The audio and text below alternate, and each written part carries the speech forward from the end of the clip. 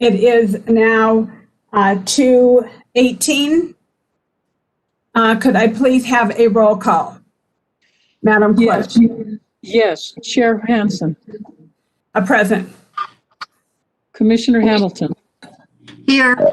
Commissioner Garcia. Here via Zoom. Thank you. Thank you. Commissioner Hughes. Here. And for the record, Chair Roy Ball. He's excused. He will be joining us later. Thank you, Chair Hansen. Okay, you have A quorum. Okay, thank you very much. Next, we will go on to item C, Pledge of Allegiance.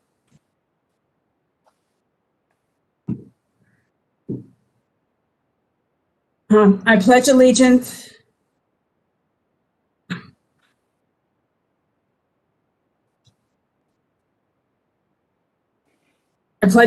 to the state of New Mexico. Oh.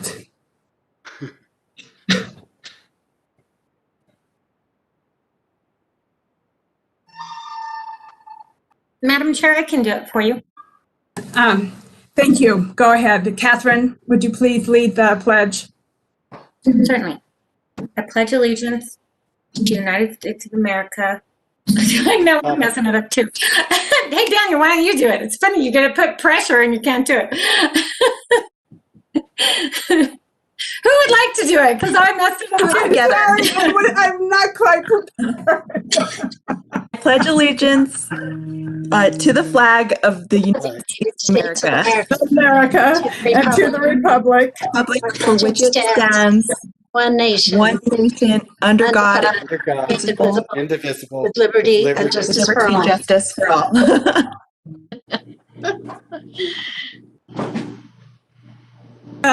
We apologize to our constituents and to everyone. It's funny when you get put on the spot. So on this one, I can do it. Okay, great. Go for it. I salute the flag of the state of New Mexico. The Zia symbol of perfect friendships among united cultures. Thank you, everyone.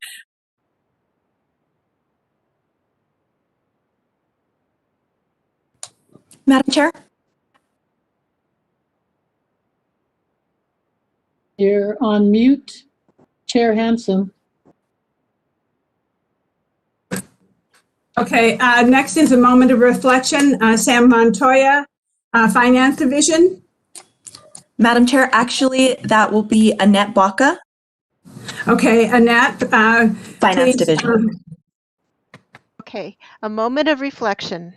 Let us take a moment to focus on the work ahead of us today, being ever mindful of our decisions and in the best interest of our community. We take a moment of silence. Thank you. And thank you very, very much, Annette. I would like to share with the board and with our constituents that my father, Viggo Hansen, passed away on December 1st, 37 years ago. He was an immigrant from Denmark. He came to this country in the 1920s, and he was a veteran of World War II, and he was a teamster in the dairy area, and he had the most common sense of any man I ever have met, and I still miss him to this day. And since his anniversary of his death 37 years ago, I just wanted to take a moment to remember him, and thank you, everybody.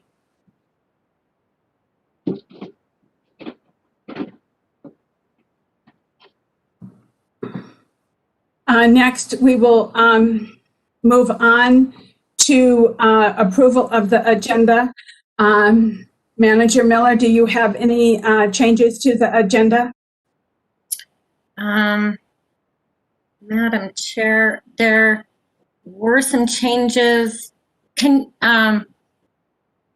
can you pull up the agenda? I don't have a printed version here.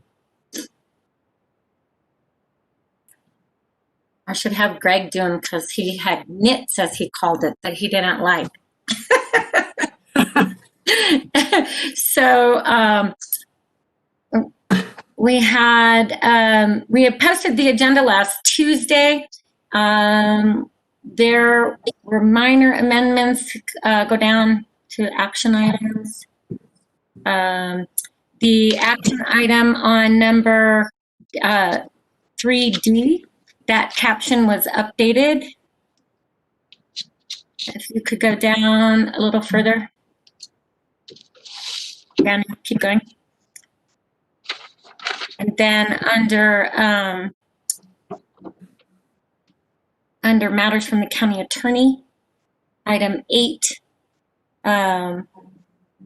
B, the items for executive session are listed there as well. And then right below that, item C is a potential action item. Those may have been posted in the original agenda, but I just wanted to point out that we do have those items. And that's all I have, Madam Chair. Thank you, Manager Miller. What is the pleasure of the board? Commissioner Hamilton? I move to approve the agenda as amended. Second. Thank you, Commissioner Garcia, for your second. Clerk Salazar, would you please take a roll call?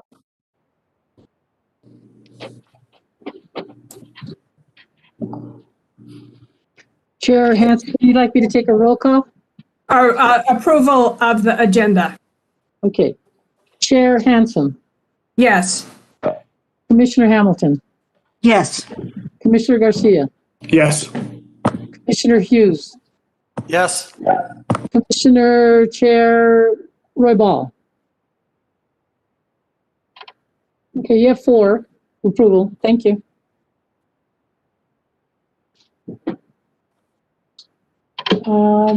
Chair Hanson is on mute again. Okay, thank you.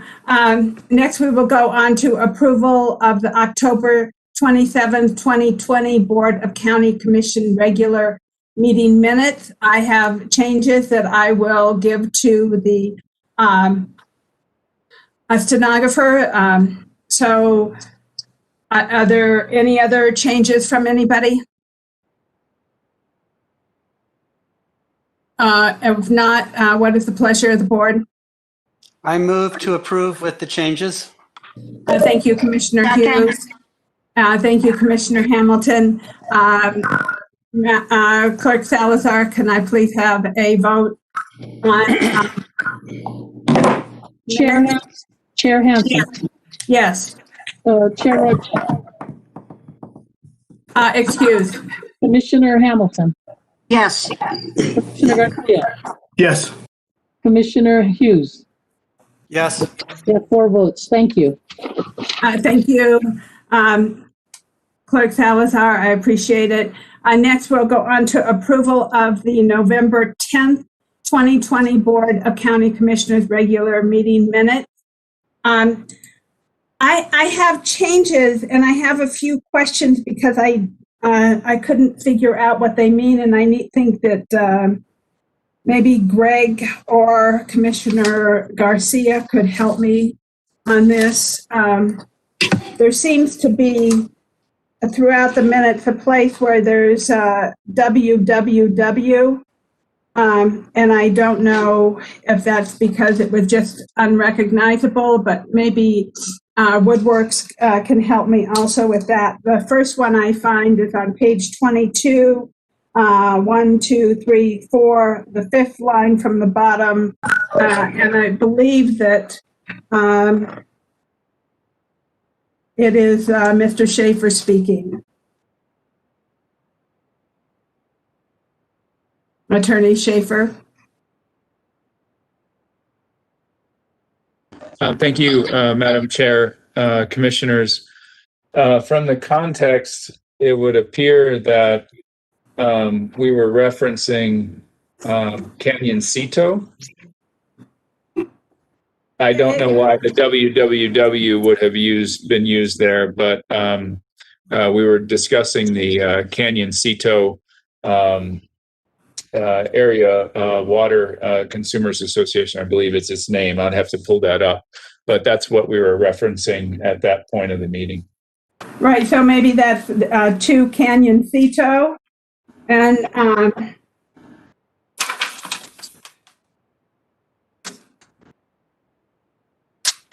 And so maybe the WWs are Canyoncito and El Dorado throughout. The other place was Commissioner Garcia, but I think we could move to approve these, and then I could work with Commissioner Garcia and Mr. Schaefer to get the correct information, if that is okay with the rest of the board.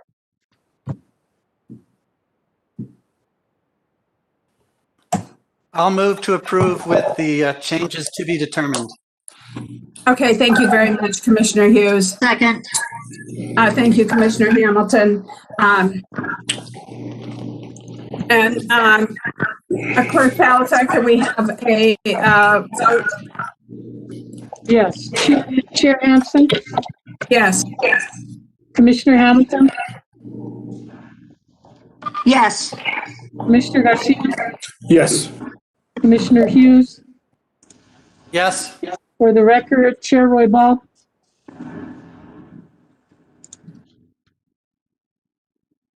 Chair Hanson, Excused. thank you. You have 4 votes. And then next, I will go on to item 1I, approval of the November 13th, 2020 Santa Fe County Canvassing Board special meeting minutes. I have no changes. So what is the pleasure of the board? I move to approve. Thank you, Commissioner Hamilton. Second. Thank you, Commissioner Hughes. Madam Clerk, could we have a vote? Chair Hanson, Yes. Commissioner Hamilton, Yes. Commissioner Garcia, Yes. Commissioner Hughes. Yes. For the record, Chair Hanson, roll calling Chair Henry Roybal. He's excused. Thank you. You have 4 votes.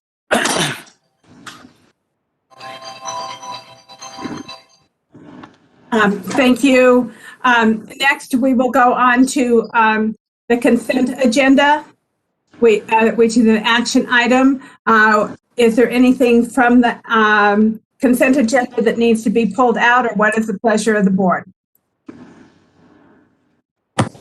Madam Chair, this is Rudy. If I may, I just have a couple of questions. Item C, we're talking about, let's see what I got here. No, not item C, actually, item B, which is for $70,000 for the increase in the operational funds for the fire department. What's that for? Read the. Yvonne Herrera? Mr. Chair, I can answer that. That's Okay, thank for- you.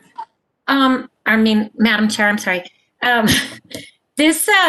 We do our wildland fire crew responds to other fires throughout the state and other states, and we get reimbursed for our time and overtime. And this is a reimbursement that was made to the county, and we're budgeting it in the wildland division's overtime and travel expenditures in the fire operations fund. Thank you, Madam Chair. Thank you, Manager Miller. If there's no other questions, move for approval for the consent agenda. Second. You're muted, Madam Chair. Thank you, Commissioner Garcia, and thank you, second from Commissioner Hamilton. Could we have a call for the vote? Yes. Chair Hanson, Yes. Commissioner Hamilton, Yes. Commissioner Garcia, Yes. Commissioner Hughes. Yes. For the record, Commissioner Chair Roybal. Yes. Yes, so we have 5 yeses. Okay, welcome, welcome Chair Roybal. We are on item 3A. So I am going to turn the meeting over to you. Okay, thank you, Commissioner Hanson. I appreciate you filling in for me. Sorry I was late. I had I had something that I had to take a family member to the hospital. So, but I appreciate you taking over and running the meeting until I could get here. So, Chair, We're happy. thank you. Yes, Madam Clerk, did you have some resolution numbers for us? yes, I do, Chair Roybal. For the record, in sequential order in section 2 of the consent agenda, the following resolutions were approved. Resolution 2020-87, 2020-88, 2020-89, 2020-90. Thank you. Thank you, Madam Clerk. Okay, so we're going to go on to our next item, and it's item number 3. This is an action item. 3A is a resolution requesting a budget increase to the clerk's filing fee fund in the amount of $677,752.45 from the Center for Tech and Civil Life COVID-19 Response Grant Program to support local governments in the administration of safe elections in the midst of a pandemic grant. And from the Finance Division, we have Ms. Yvonne Herrera, our Director. Good afternoon, Chair Roybal, Commissioners. I'm here before you to request a budget increase to the Clerk's Filing Fees Fund for the grant provided by the Center for Tech and Civic Life. The COVID-19 Response Grant Program was created to support municipalities with a demonstrated need in the administration of safe elections during the pandemic. The Clerk's Office intends to use the funds to cover the 2020 election costs, such as ensuring that existing polling sites remained open, defraying the cost of early voting locations, providing PPE for poll workers, installing drop boxes, covering the cost of postage and printing, as well as equipment purchases and upgrades. And finally, communication efforts to the public on registering as well as voting. And with that, Clerk Salazar and I stand for any questions. Okay, thank you, Ms. Herrera. Do we have any questions from the board? Mr. Chair, this is Rudy. I'll move for approval if there's no questions. Chair Roybal, this is Geraldine Salazar. I'd like to make mention of a few other things. Okay, Clerk Salazar, please go ahead. And also, we'll be looking at paying for security. We had to have 24/7 security when issues surrounding ballots and the fairness of an election. So we've had 24/7 security for our ballots. In addition to that, we've had overtime, and also we needed more assistance because of the high rate of absentee ballots and early voting. It created a lot more work for our office, so we've had to hire additional staff to complete all those tasks. This Friday, Saturday, and Sunday, we worked at the warehouse to work on the post-election audit, so we were there those days. So the election for us is not completely over, although the state canvass board did approve the election for the whole state, which included Santa Fe County. We still have remnants of this historical election that created much of the work that we are still finishing, and we hope to soon finish that. But we do have these funds, which have helped us tremendously. So I want to thank you for your approval. Thank you. Go ahead, Commissioner Garcia. Just really quick, I know this is the county clerk's last election that she's going to work in. Ms. Clerk, I just wanted you to know I've worked for the county for many, many years, and all the clerks, and you've done a great job, especially during this last election where you did a great job in this last election. I don't have to say what's happening throughout the country, but you and your staff did a great job. So I really appreciate you, and good luck whatever your next endeavors are. Appreciate you once again. Also, I believe Mr. Frescas, who actually did a great job as well, is retiring. Did I hear that as a rumor, or is he actually retiring? If he is retiring, great job, Steve. You did a great job as well with the clerk and all your staff that works there, and I wish you guys both the best in your next endeavor. Yes, thank you. Thank you so much, Commissioner Roybal, for acknowledging the staff of the clerk's office, and also in addition to that, acknowledging Steve Fresquez. Steve Fresquez is not retired. He did seek employment at Los Alamos County Clerk's Office and did accept the position there. I believe he has 2 more years for retirement, so he's in a good place right now. But we appreciate him, and we appreciate the fact that you have acknowledged him. He worked very hard, and this was a tremendous effort to complete this process. We did miss him during the post-election audit, but we were able to do it. Teresa Atencio, who's the elections administration supervisor, did an excellent job. She knows what she's doing. She has experience at the Secretary of State's level and in the county level, so she has the knowledge and the skill to do what we have to do no matter what. And that's how the staff in this office is trained. They're cross-trained. It's massive when it comes to elections, but also with our other duties that we could not neglect during this COVID pandemic and this historic election. We did what we had to do in all aspects and the operations of our office. Thank you. So, Mr. Chair. Thank you, Madam Clerk. And I'm going to go ahead and go to, I know I heard somebody chime in just a moment ago. It was Commissioner Hamilton. I just wanted to offer a second to Commissioner Garcia's motion. Okay, thank you. We have a motion from Commissioner Garcia and a second from Commissioner Hamilton. And I also just want to thank Clerk Salazar and Mr. Fresquez, as we're losing them, it looks like this year. And you guys have done a great, outstanding job. Staff of the County Clerk's Office, the commissioners couldn't be more proud of you. We appreciate everything you've done, and everything you stated was very well stated, Commissioner Garcia. And thank you, Madam Clerk, for acknowledging your staff as well. Okay, so we have a motion from Commissioner Garcia, a second from Commissioner Hamilton. I'm going to go to a roll call vote. Commissioner Hughes? Yes. Commissioner Hanson? Yes. Commissioner Hamilton? Yes. Commissioner Garcia? Yes. And a yes from Commissioner Roybal. So this item passes unanimously. Thank you. Madam Clerk, can we get a resolution number for this item? Yes, Chair Roybal, the resolution that you just passed is Resolution 2020-91. 91. Thank you. You're welcome, and thank you for your comments, Chair Roybal. Absolutely. Next, we're going to go to item number 3B.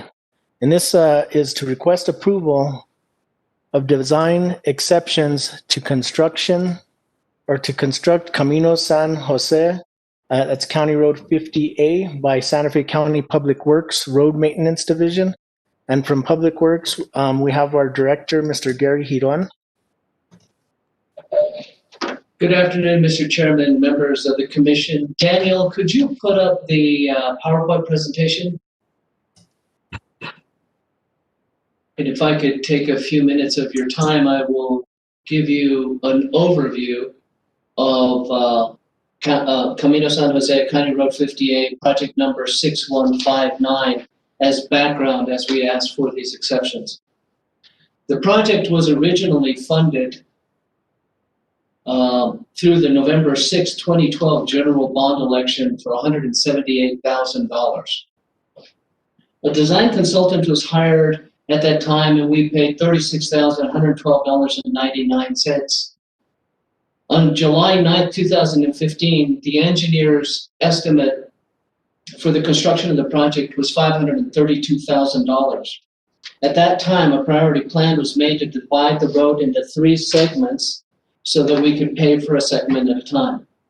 The total project length is 3,400 feet from Entrada La Ciénega to near the La Cumbre Lane intersection. And you'll see on the next slide a map of the length of the proposed construction of this project. If you go to the next slide, Daniel, I'm going to show you the 3 segments that were planned and the cost that was associated with them to make all of the changes to the road, to pavement, and then to deal with the drainage issues. Segment A was from Entrada La Ciénega to the church. The project length was 1,000 feet, and the estimated project cost was $135,000. If you go to the next one, segment B was from the edge of the pavement west 1,200 feet on the east side of the project, and the estimated cost was $162,000. Next slide. Segment C was from the church 1,200 feet east, and an estimated cost of $235,000. Next slide. So the history about this is that the county staff made the decision to prioritize segment A at that time. The designer that provided the priority report was not selected during the RFP process for the design of the road. A company called KSA was selected as the designer. In 2018, KSA provided a 30% design cost estimate for segment A at $186,945. That amount was outside the available project budget. An additional $120,452 was allocated to the project in July 2019. When the project staff approached KSA to move forward with the design, KSA stated they no longer did business in New Mexico. At that time, the Santa Fe County projects engineer made the decision to design and build the road with Santa Fe County maintenance staff and equipment, and the Public Works Director and Division Director concurred. The remaining budget as of November 9th, 2020 is $207,486. Public Works is confident that the entire length of the project can be paved with materials only cost with the available project budget. If you go to the next slide, I'm going to give you a little bit of background, though. I wanted to say, to clarify, we'll talk a little bit about drainage problems and liability claims related to this project, and I wanted to explain that a little bit more before I started that conversation. The drainage problems in the area are not caused by County Road 50A. Water drains from higher elevations toward the La Cienega Creek, and paving CR 50A will not, in staff's opinion, increase the volume of water draining towards the La Cienega Creek or the existing drainage ways that the water follows. But paving the road without addressing drainage problems may result in property damage claims being made against the county. Historically, we have seen an increase in flooding claims whenever our roads are improved. It was in part the desire to avoid such claims that led the county staff to institute a policy of addressing known drainage issues in the immediate vicinity of a county road when capital improvements are planned for that road. To sum up, the statement that I have later on, could leave the county with liability, probably should be restated to say, could leave the county facing liability claims, because we believe that we are managing the liability of this project. So if we go to project option A, there are three options with this, and then I will end with a recommendation. The option 1A is to acquire the drainage easement near 121 Camino San Jose to install 2 drop inlets and a 30-inch storm drain system that outlets into the La Cienega Creek. This solves one drainage problem, a significant one, but not all of the drainage problems along the project. Homeowners at this time are hesitant to provide the drainage easement. We have made some progress in the past couple of weeks, and we might be nearing an agreement. And that also includes paving the road in project option 1. Project option 2 is to pave the entire length of the MPAG portion of Camino San Jose and not solve any of the drainage problems, which could leave the county facing liability claims. This project will require a design exception for road width because the paved surface will not be 20 feet in many sections. Project option 3 would be to hold the project and define the total amount of funding required to pave the entire length of the unpaved portion of Camino San Jose and solve all of the drainage problems. This project will still require a design exception for road width because the paved surface will not be 20 feet in most sections. And then the last line, our recommendation is as follows. In order to move the project forward, we request approval from the Board of County Commissioners for 2 design exceptions. 1, construct the roadway with no drainage improvements. However, with the caveat, to instruct the Public Works to make one more effort to secure an agreement to acquire the drainage easement near 121 Camino San Jose to install the 2 drop inlets and a 30-inch storm drain system that outlets near La Cienega Creek. If that effort fails, Santa Fe County proceeds with the project. And 2, construct the roadway within the restricted right-of-way on Camino San Jose CR 58 and not meet the Santa Fe County requirements of a minimum roadway width of 20 feet. And with that, Ryan and I will stand for any questions you may have, Mr. Chair. Okay, thank you very much for that presentation. Is this in Commission District for Commissioner Garcia, or whose district is this? It's mine, Mr. Chair. Go ahead, Commissioner Garcia. I'll let you go first. Just really quick, as Gary mentioned, thank you, Gary. Thank you, Manager Miller and staff for trying to work with me and the individuals in that area. And this road was actually caught up in at a time when, I'll be up front, at a time whenever the county used to don't pave roads. We wanted to pave roads, and we'd pave roads. And then what happened is down in the Stanley area, we got this huge rain and it wiped out all the base course. And so Adam Lakeland, who was the land use director at that time, said, you know what, we should engineer these roads. And so this road is caught right in the middle of that. It's the voter fest in 2012. And I would actually, I follow what staff is doing. And so I really appreciate staff, Manager Miller, working with me, the constituents. I know it's hard up there. And some of our roads aren't up to standards. Back in the days, whenever we used to go adopt a road, what would happen is Stanley area, up north, all these roads, if there was a bus route, the county commission say, let's adopt this road, let's adopt this road. And we never really thought about, because it was a school bus road. And so it had a school bus route road. And so what happened is, so that's why we have a lot of county roads out there that we adopted back in the highway department back in the day said, go ahead, adopt the road, adopt the road. So now 25, 30 years later, we're actually dealing with the situation where some of our roads aren't up to county standards, up to the SDLC, which would be very, very difficult for us to follow the SDLC standards, because I feel that the SDL standards today are actually for new subdivisions and new development. And so those are just wanted to bring that up. And I agree with Mr. Hidon's recommendation, staff's recommendation. But with that, there's no questions. I'd like to make a motion for approval with that, with staff recommendations for the option. Thank you, Mr. Chair. Thank you, Commissioner Garcia. And I know this project's been very long in coming, so I know that I appreciate staff and their hard work. Are there any other comments or questions from commissioners? I'm going to go to Commissioner Hanson and then to Commissioner Hughes.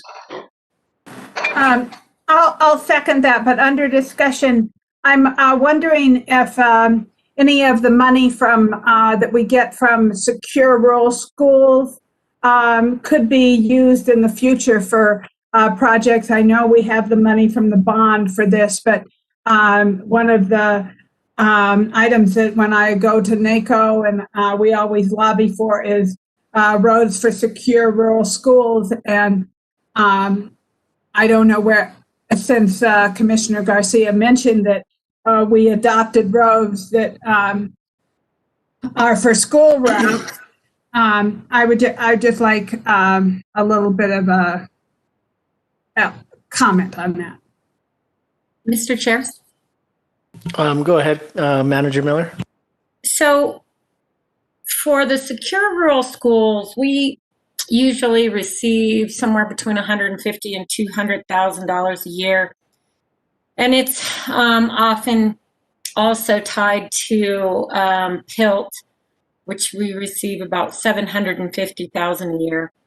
Both of those, but we never know what we're going to receive, and we also don't know if Congress is always going to include it in the bill. So we currently don't use that funding as a recurring funding source, but we do budget it. And just so that you know, we spend over, I have to ask Joey, but I want to say our transfer from the general fund to the road fund is over $5 million every year.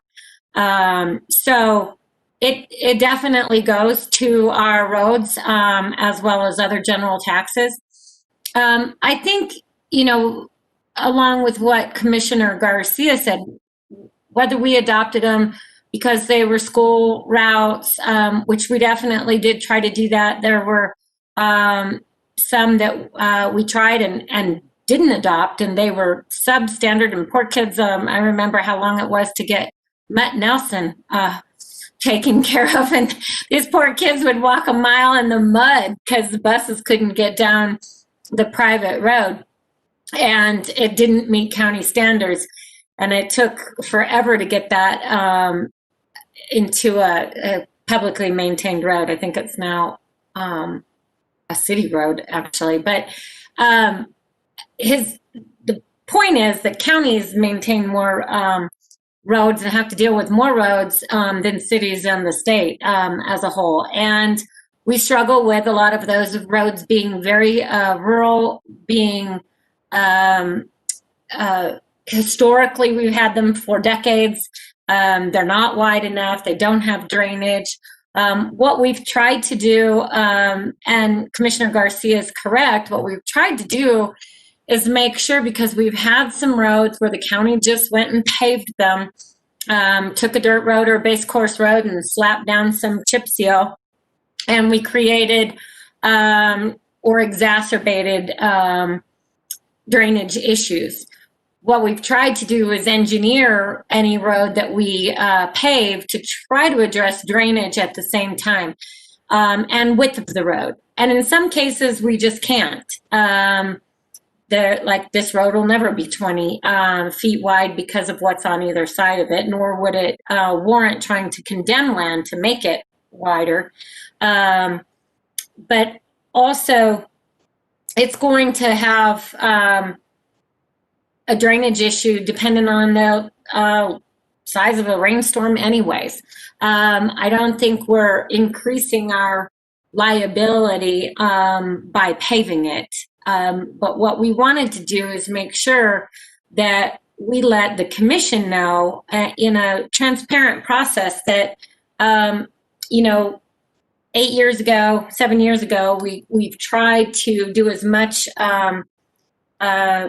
design work and engineering work for drainage at the same time. It completely increases the cost of the project, 4 to 5 times the cost of the project if you try to address all the drainage issues.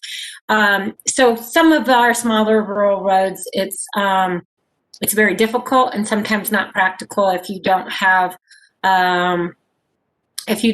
neighbors who want to provide drainage easements as well. So we wanted to make sure that the board was aware that we can't really do what we'd like to do, but we still want to try to complete the project. Okay, thank you, Manager Miller. I'm going to go to Commissioner Hughes. Thank you. Thank you, Mr. Chair. And I was just wondering if we have done any quick analysis of whether we're likely to cause any kind of flooding that would be a problem to somebody with this road. But I understand, and I'm in favor of paving it. It sounds like this is the best we can do, but I was just curious if we've looked at, the drainage problems in light of, whether somebody would actually get upset by what might happen. Mr. Chair, Commissioner Hughes, we've done, or the engineering firms in the past have looked at that. We assessed it internally. Our project engineer had made the recommendation out of all the varied drainage impacts and the drainage areas. We were looking at that one area that was mentioned where we were talking about 2 drop inlets and a 30-inch storm drain to help remediate some of that area. Now, with that said, there's not going to be any changes to the vertical profile or the horizontal profile of the roadway. So we're not increasing any drainage, outfall points that's not already in existence. So hopefully, that answers the question, hopefully towards, have we looked at the drainage areas and are we making, further impacts to what's already there? But at this point, if we do just the paving, we don't get the easement, the water will still drain accordingly, just like it does now. And Mr. Chairman, Commissioner, I would also add, there's still a reasonably high likelihood that we are going to get the agreement with the homeowner to be able to do that one drainage improvement. So I just want to leave that on the record as well. But we're still working down that road and have made some fairly significant progress in the past month. Okay, great. It makes me feel better to know we've thought through all that stuff. Thank you. Thank you, Commissioner Hughes, and thank you, Director Hidon. Are there any other questions? Commissioner Hamilton, did you have any questions? No, thank you, Mr. Chair. They got answered. Okay, so we have a motion from Commissioner Garcia and a second from Commissioner Hansen. I'm going to go to a roll call vote. Commissioner Hughes? Yes. Commissioner Hamilton? Yes. Commissioner Hansen? Yes. Commissioner Garcia? Yes, yes, of course. Thank you, my fellow commissioners. And a yes from Commissioner Roybal. Thank you, staff, for getting this project going. All right, so we have item number 3B approved unanimously. We're going to go on to item number 3C. And this is request authorization to first utilize the design build project delivery method. Secondly, to utilize the CES cooperative job order contracting agreement for the design and construction of recreation pond of Santa Fe County adult detention facility. And third, for the county manager to negotiate and execute all required documents, contracts, and purchase orders relating to the design build and job order contracting project delivery. And from the purchasing division, we have Director Bill Taylor. Thank you, Mr. Chair, Commissioners. I appreciate the opportunity. Excuse me. The Corrections Department adult detention facility, the county has appropriated $1 million for a capital outlay project to construct recreation yards within the adult facility. This request here, though, has, as you mentioned, Mr. Chair, multiple requests that are required in pursuant to our resolutions, purchasing resolutions and ordinances. And so I would like to get that out of the way to kind of explain a little bit real briefly. Our first request is to utilize the design build project delivery method. This commission is very familiar with that project delivery method as it was used for the county admin building and other projects. So I won't get into too much detail, but our county resolution 2006-60 requires approval from the board before we can use that delivery method. The second item is to utilize the CES cooperative job order contracting. This is an existing contract, and that again is pursuant, we're before the board because to utilize an outside contract, existing contract, that also for an amount more than $250,000 also requires BCC approval for that. And then thirdly, because we are going through this design build process, procurement delivery, and we do not have design specifications to build those. So the design build and the job order contracting mechanisms facilitate the county's ability to work with the contractor to design that specifically to meet the budget. And so that's going to take a little bit of time. And that's why the third item is before you, that delegates the county manager's authority to negotiate and execute those documents and contracts and purchase orders relating to the design build and the job order contracting for this important project delivery. With all of that out of the way, this very important project to construct 12 individual recreation yards just outside of the actual building of the adult detention facility within the secure fencing area for the special management unit at the adult facility. So that with that, Mr. Chair and Commissioners, I'll stand for any questions. Thank you. Okay, thank you, Mr. Taylor. Do we have any questions from the board? I'm looking for a show of hands. Commissioner Garcia, I'll go first, and then I'll go to Commissioner Hughes. I just want to let the commissioner know this is very, very needed in our facility for individuals that are incarcerated in there. This is just something that's needed, and I'm glad that our Board of County Commissioners is moving forward. Also, in regards to the design build that with CES, I think this is a great job that we're doing with that the procurement department is doing with CES, because as Mr. Taylor stated, we did this design build probably for the first time ever for the admin building, as well as the old courthouse that's getting remodeled right now, almost done hopefully. And that project that we did with design build was actually, I'll give all staff credit for that, because that was probably one of the first projects in the state that actually well job done. And let's see what else I got here. And once again, I just want to say that this is something that's needed for our adult facility. So I appreciate that. And I'll go to Commissioner Hughes, Mr. Chairman, if he wants to say additional things. Thank you. Thank you, Commissioner Garcia. Commissioner Hughes? Yeah, I agree with Commissioner Garcia. This is very needed, and I certainly support this idea. And the only thing I wanted to add is I would like to, perhaps at a future meeting, have the ability or the opportunity to discuss our use of the special management units in general. I think with all the controversy now around solitary confinement, I think we need to make sure we're doing best practices with all the current thinking, and not falling behind the times in that. But certainly giving people a place to exercise is very, very important. So I support this. Thank you, Mr. Chair. Thank you, Commissioner Hughes, and thank you for those comments from both commissioners. Commissioner Hamilton, and then I'll go to Commissioner Hanson. Thank you, Mr. Chair. I totally get the value of this project, and also, the value of using the design build approach. Could you, Mr. Taylor, please say a few words about the rationale for using the existing contractor as opposed to bidding it as a design build? Thank you, Mr. Chair. I'm sorry, did I interrupt you, Commissioner Hamilton? No, not at all. Thanks. Thank you. Mr. Chair, Commissioner, the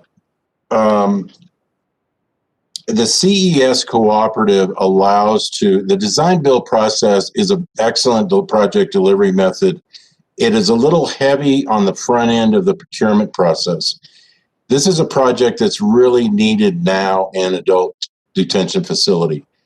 The CES cooperatives allows the county to expedite that design build delivery process by already going through that qualification-based selection for contractors that are awarded contracts under those cooperative agreements. So rather than reinvent the wheel and go through an RFP process and make the procurement process more lengthy, we thought that it would be more advantageous to the county to go ahead and use an existing contract that already went through that qualification-based procurement with multiple contractors. And in addition to that CES contract, this job order contracting, this is something that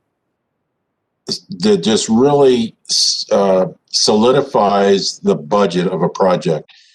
On top of a contractor actually designing and constructing the project and having control and minimizing change orders, the job order contracting, they've already provided a bid price or a cost to a price book that Gordian Group has developed and invented for this region of the country. RS Means, you've heard RS Means, that is a price book for items in construction that are priced, but those are national prices. Gordian Group's price book is specific to the Southwest region, particularly New Mexico. And so the cost of the project is very well managed and controlled. The likelihood of any change orders during this project are minimal, if any. It would only be a change order if correction said, well, instead of 12 recreation yards, we want 15. So that would create a change order. But those are the reasons and justification for going with this delivery method and utilizing the job order contracting method that's already been procured. And I hope that answers your question, Commissioner Hamilton. Well, it does. And I've got some things out on the table that I wanted expressed for people who might be wondering. But just to confirm, that means that there are multiple contractors who could respond to this that are Mr. pre-qualified. Chair and Commissioner Hamilton, that is correct. There are multiple contractors under job order contracting.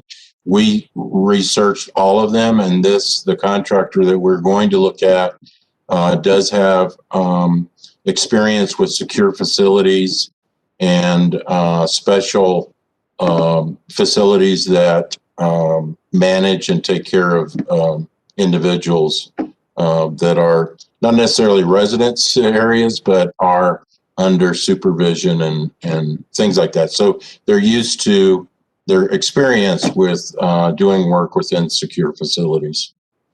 So then, just for clarity, that means that the county is going to one particular contractor and handing them the work. Or that is correct. We can go to that contract, Mr. Chair, Commissioner, we can go to that contractor. They can submit a proposal. If we don't like it, or we can't come to an agreement, we're not satisfied with what we're able to discuss, we can go to another, we could terminate that discussion and go to another contract. Okay, thank you. Thank you, Mr. Chair. Thank you, Commissioner Hamilton, and thank you, Mr. Taylor, for the clarification. I'm going to go to Commissioner Garcia. Really quick, Mr. Taylor, thank you for that great questions, Commissioner Hamilton. So, Bill, is there actually a team that actually decides who chooses this contractor? Mr. Chair, Commissioner Garcia, the team is CES. We speak and confer with them, with the user agency, with purchasing, and with the Gordian Group. And we talk about what our requirements are, the experience that we needed. So it's an internal or an external discussion that we come to a conclusion and decision on a contractor to begin negotiating and discussing the project. Thank you, Mr. Chair. Thank you, Mr. Taylor. Thank you, Commissioner Garcia. Commissioner Hanson? Thank you, commissioners, for all your excellent questions.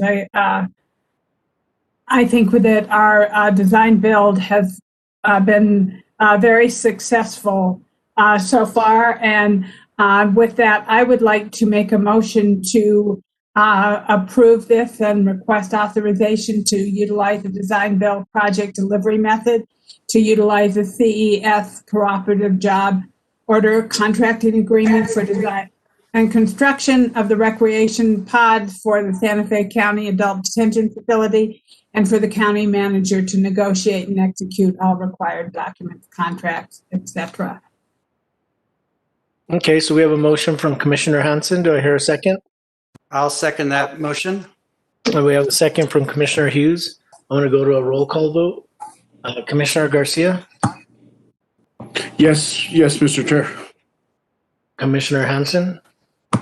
Yes. Commissioner Hamilton? Yes. And Commissioner Hughes? Yes. And a yes from Commissioner Roybal. So this item passes unanimously.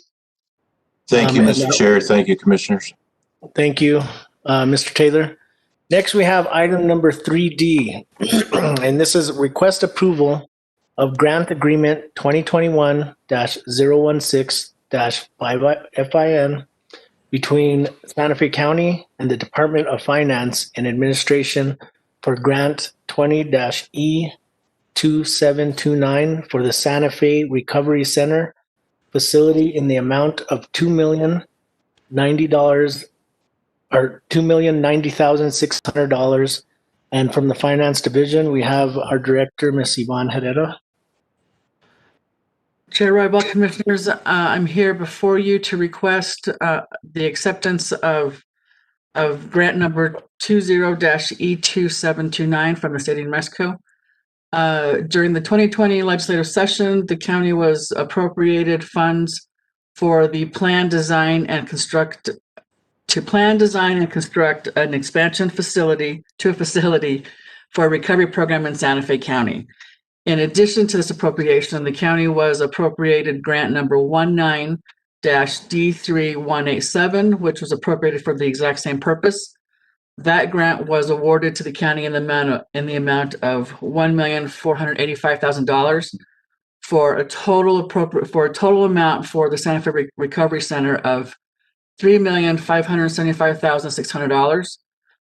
Resolution 2018-99 authorizes the chair of the Board of County Commissioners to sign grant agreements that are greater than $500,000. Once the county accepts and signs the grant, we will submit to DFA to fully execute it. And with that, I stand for any questions. Okay. Thank you, Ms. Herrera. Do we have any questions from any of the commissioners? Hold on one second. Let me expand my screen here so I can look for hands. Okay, I'm looking for hands. We got Commissioner. I'm going to put Commissioner Hansen first. Thank you. I recognize that this is an ongoing project. Once we approve this intake to this grant, will that give us enough money to start this project? Because I know the 1 million was not possible. Mr. Chair, Commissioner Hansen, this is PJ Montano of Public Works. Yes, we have started this project. We are actually in negotiations with a contractor getting a preliminary design. We anticipated this additional funding coming to us, so we started this with a phased approach. We started with the $1.4 million budget to go ahead and start design with expansion for the additional $2 million. So yes, this project is underway, under contract with a contractor through CES, just like the action item earlier discussed with Mr. Bill Taylor. So we really appreciate Bill helping us through this, but we are prepared and ready for this. Thank you. I am happy to hear that. I think that in this time of COVID, this kind of facility and services are going to be really needed in the future. I wonder if Rachel has any comments, or Rachel O'Connor has any comments on this also. Madam Chair, Commissioners, I don't really have a lot to add other than, as you know, the Community Services Department funds Santa Fe Recovery Center for inpatient treatment, for residential treatment, for outpatient treatment, for detox services. And we will soon be partnered with Santa Fe Recovery Center at the Crisis Center, because the detox portion of what we fund will be moving into there. You know, there are a lot of good things happening in the community to address substance abuse and behavioral health issues. And I think Santa Fe County has had a long time relationship with Santa Fe Recovery Center. So I just want to add that to the discussion. Thank you. Thank you, Rachel. I really appreciate your comments on that. Thank you. Thank you, Mr. Chair. Thank you, Commissioner Hansen. And yes, thank you, Ms. O'Connor. We appreciate those comments. I'm going to go to any other commissioners that have comments? Mr. Chair, this is Rudy. Commissioner Garcia, go ahead. Just as the two individuals mentioned, what a great program for this community. Well, very well needed. So great talks about it. Just one question I have is, what's the time frame for the grant agreement?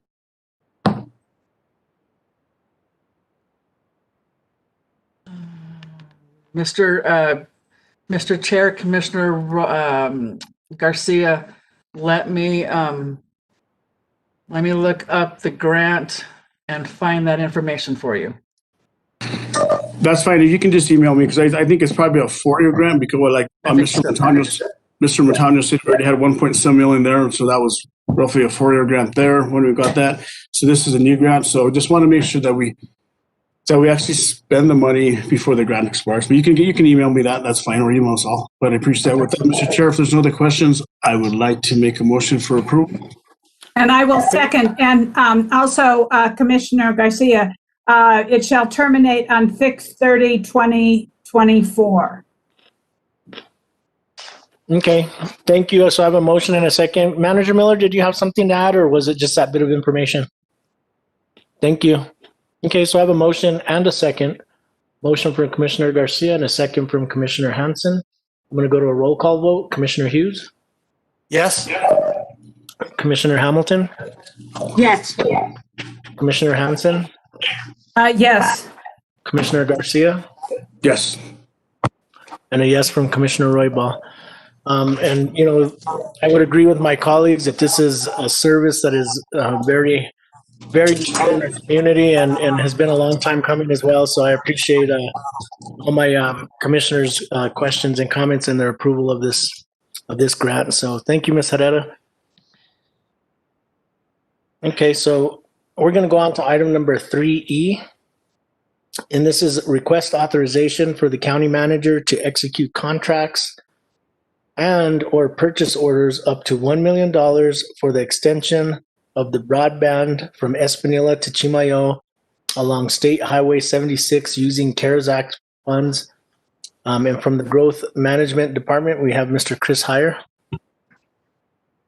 Thank you, Mr. Chair. This is a request to allow the county manager to be able to sign off on an amount that's greater than what the commission previously signed off or authorized her for, which was $500,000 for CARES Act funding. We have some money from the CARES Act that is not being utilized at this time, and we are looking at completing the build from the east side of Espanola up to Chimayo. We'd like to do that with an overlash of the existing cable, and so put fiber optics onto the poles. We're getting costs in. Literally, they're coming in as we speak. However, we have not been able to assemble the numbers yet to get a final price. So this is kind of a ballpark of authorizing the county manager to go ahead and sign the purchase order. That's probably going to be over $500,000, yet it'll be up to $1 million. So stand for any questions. Thank you, Mr. Heyer, and I appreciate that. This is in my district, and I'm very pleased to see that we'll be expanding our broadband in that area as we need it throughout Santa Fe County. So I know this was a project, I think that was some low-hanging fruit, so I appreciate the efforts in getting this done. And so I'm going to go to any other commissioners that have comments, but I would like to make a motion to approve. Mr. Chair, I'll second that motion. Just under discussion, I'd just like to also just say another great program that Santa Fe County and our colleagues are doing, and especially in your district commissioner, that, you know, broadband is definitely needed throughout the United States. And sometimes it's a little hard for us to get it through the rural areas, but I think this is a great start. So yes, I would second that, Mr. Chair. Thank you. Thank you, Commissioner Garcia. Commissioner Hansen? Yes, under discussion, I think that this is really important to get broadband out into our rural communities. And I think we have to start looking now at shovel ready, or however you're going to hang this, if it's going to go on wires. But I believe that in the new year, with the new administration in Washington, there will be some stimulus money. And I think if we can start thinking about, shovel-ready projects with broadband that we can do throughout the county and be ready to move on those once the stimulus is approved, I think that would be really important. So I think using the CARES money is a really good use of this initiative, because as we all know, the money expires on December 31st or 30th. And so making sure that we start using it in the community is really important to me. So I wholeheartedly support this. So thank you. And thank you, Chris, for working hard on getting this done, and everybody else on the team who worked on this. Thank you, Commissioner Hanson. Commissioner Hamilton, Commissioner Hughes, did either one of you have comments? No? No, thank you, Mr. Chair. The importance of this is really clear. Okay, thank you very much. I'm going to go to a roll call vote. Commissioner Hughes? Yes, this is a great project. Thank you. Commissioner Hanson? Yes. Commissioner Hamilton? Yes. Commissioner Garcia? Yes. And a yes from Commissioner Roybal, so this item also passes unanimously. Very excited to see the progress, so thank you, Mr. Heyer. We appreciate it. I'm going to go into item number 3F, and this is a resolution authorizing holidays, closings of county offices, and the 2021 Santa Fe County employee calendar. And from the Human Resources Department, we have our Director, Sonia Quintana. Thank you, Mr. Chair, members of the board. I'm here today to request approval of the 2021 employee calendar. The calendar is a really important tool for our employees and managers as it delineates pay period ending dates, pay dates, and county observed holidays. A copy of the calendar has been attached for your reference. And with that, I will stand for questions and respectfully request approval. Okay, thank you, Ms. Quintana. I'm going to go to commissioners. Do we have questions from commissioners? Okay, I don't see any hands. So Commissioner Hanson? I would like to move to approve. Okay, so we have a motion Second. from Commissioner Hanson and a second from Commissioner Hamilton. I'm going to go to a roll call vote. Commissioner Hughes? Yes. Commissioner Hamilton? Yes. Commissioner Hanson? Yes. Commissioner Garcia? Yes, just really quick, Mr. Chair. Ms. Quintana, is this the same exact? There's no added holidays or no holidays that are taken away. It's the same exact calendar as this 2020. Mr. Chair, Commissioner Garcia, actually, this year on Christmas falls on Saturday, the December 25th. New Year's falls on Saturday, January 1st, and those two holidays are both included on the calendar for Friday, the date before. Thank you, Ms. Quintana. I just wanted to make sure that the employees out there just want to actually know that we're actually giving some additional Fridays off because those two holidays do fall on Saturday. But thank you, Mr. Chair. And yes, my vote's yes. Thank you, Commissioner Garcia. And my vote is yes as well. So we have a unanimous decision on the resolution authorizing holidays, closings of county offices for the 2021 calendar year. Madam Clerk, can I get a resolution?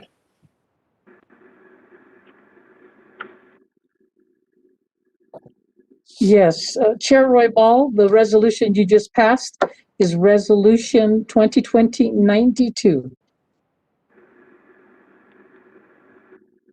Thank you. You're welcome, Sonia.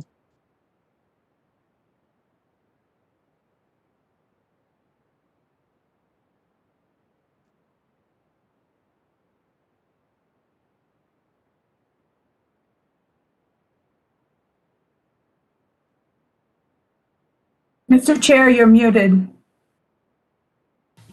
Okay, so our next item is item number 4, and this is matters of public concern. I'm going to see if there's anybody from the public that would like to address the commission. Tessa Jo, has anybody signed up? No, sir, not for this meeting. Okay, so if you can unmute everybody just for a moment, and I'll ask once again, if there's anybody that would like to address the commission, please state your name.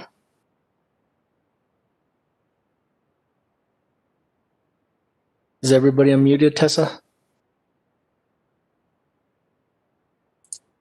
What it is now is that there is a request for everybody to unmute, so it allows them to unmute them. But I'll send a second request. Okay. Mr. Chair, Go ahead, anybody Mr. that called in, sorry, anybody that called in that would like to speak will have to hit *6 on the phone. Okay, thank you for that information. So once again, I'd like to ask, is there anybody here today that would like to address the commission?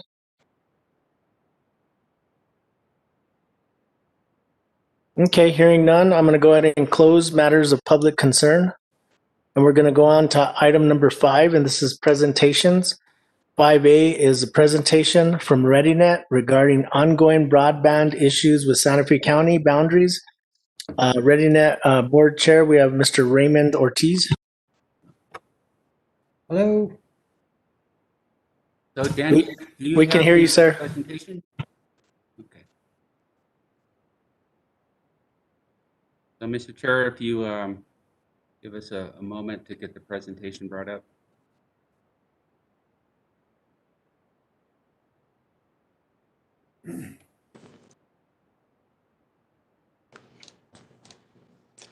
Sorry, my computer is going extremely slow. It's coming up right now.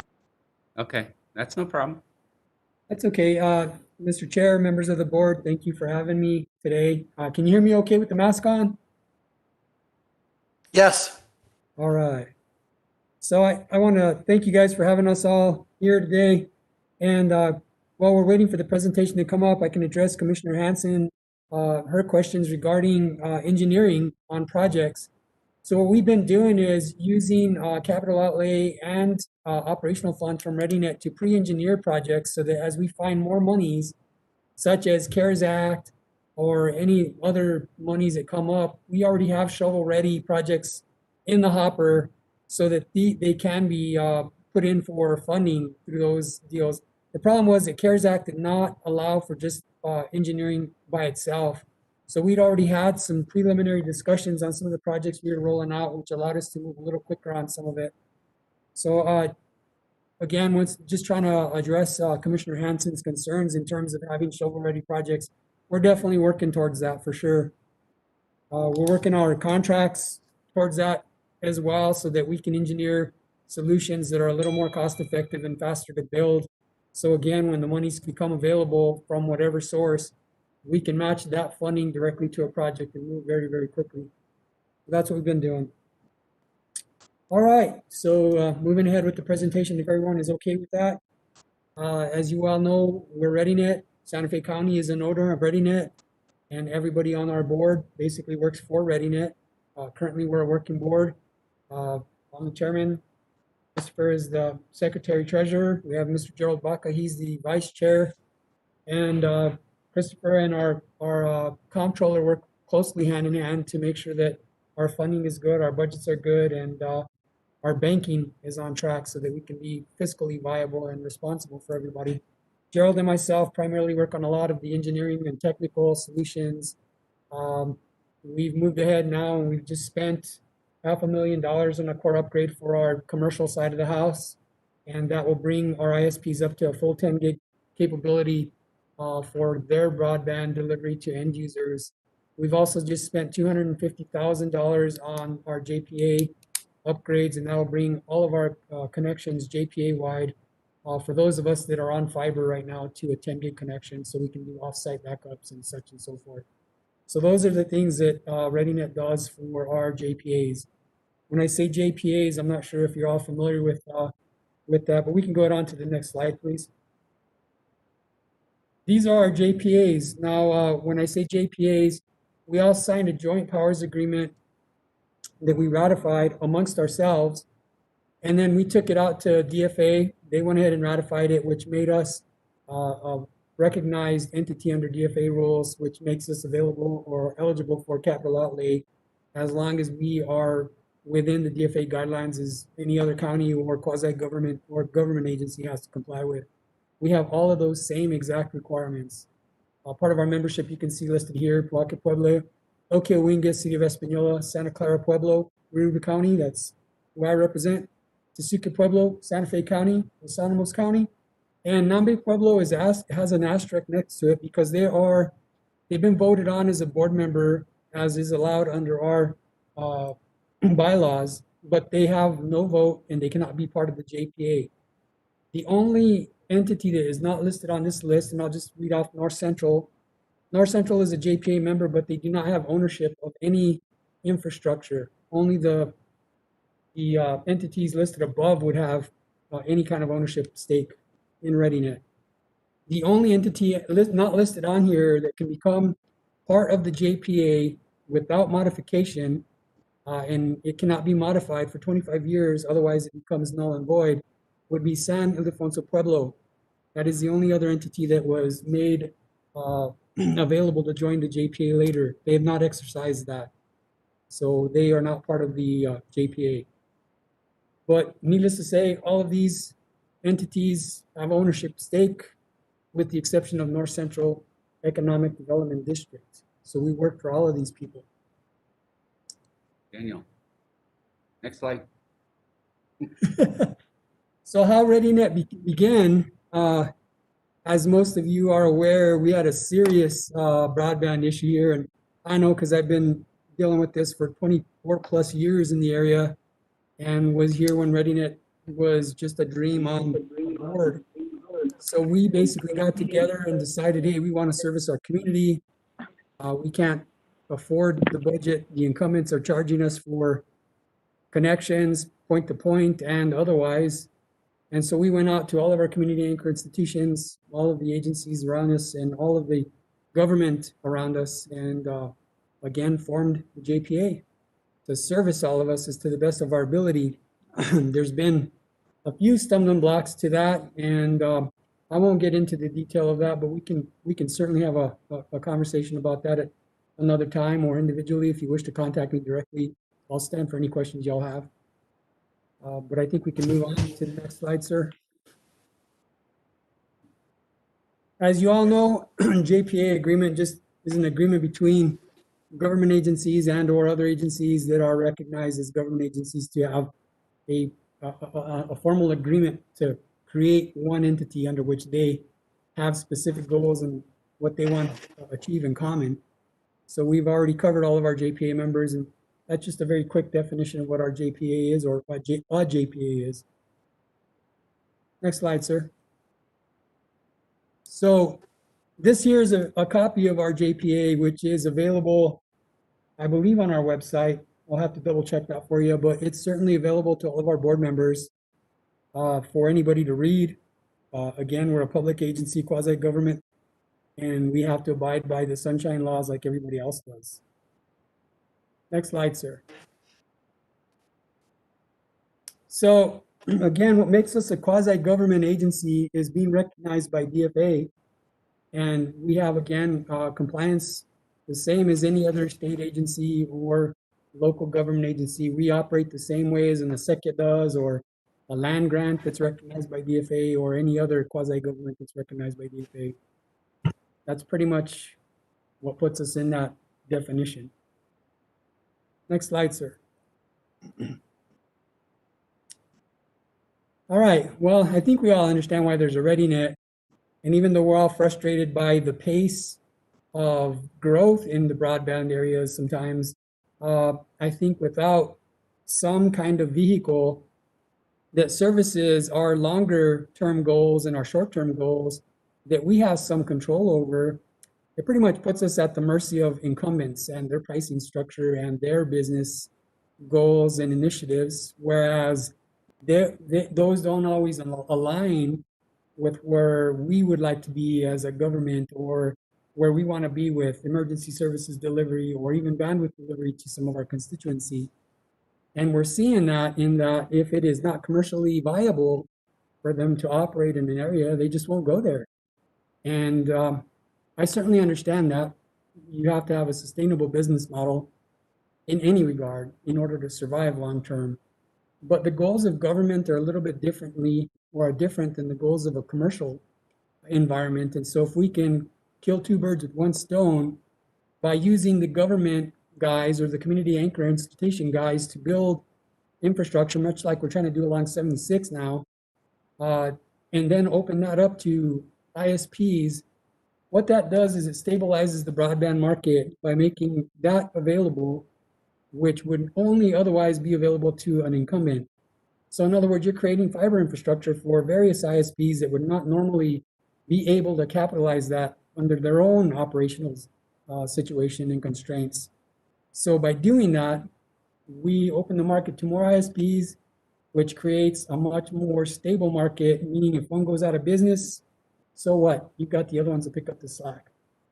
With a large scale incumbent, if they get sold on the open market and or they go bankrupt, then you potentially suffer disruption of services. Where we saw that here in the Valley was with our cable TV company, which now, okay, cable's passe, but they were delivering broadband as well. So when they went bankrupt, all of a sudden, a lot of people had paid their bills in advance. All that went away. Again, you got no control over that.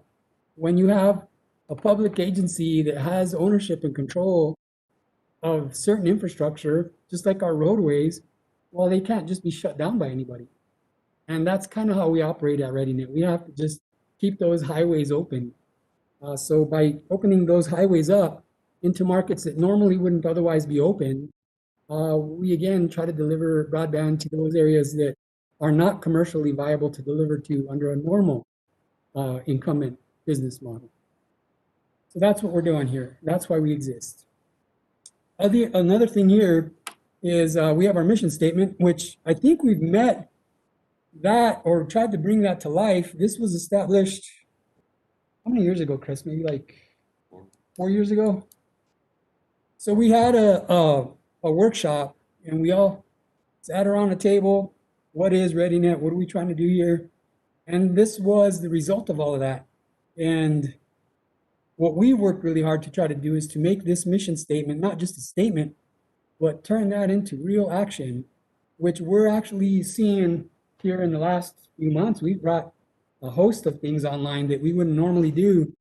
We've been a lot more robust in the way that we negotiate our contracts. That has been made available to some of your infrastructure people at Santa Fe County. So they understand the direction that we're trying to take with some of the contracts we're trying to put in place to get more services to Santa Fe County in different areas right now. So I think we're right there in terms of the mission statement. And I really don't think there's much more to be said than what's on the board right there. Next slide, please. Excuse me, I'm having a little bit of time with the mask here. Vision statement. So to become a recognized leader in broadband services, again, this was identified and built during that same meeting.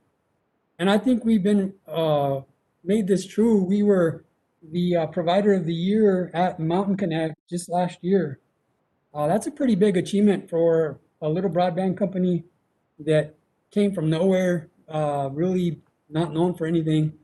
To be winning an award for a best ISP and up and coming ISP wholesale, that's a pretty big thing when you're coming up against some of the big boys that really have won this in the past.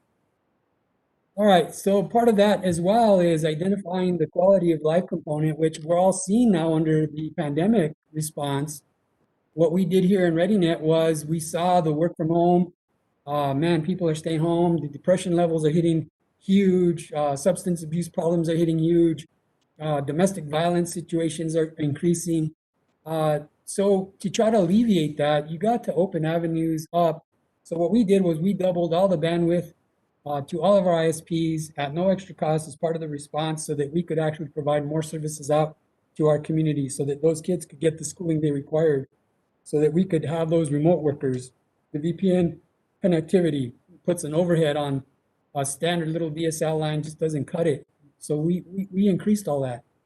We also took all of our JPAs that are connected to our network and we pulled them over to a full gig internet service at no extra cost.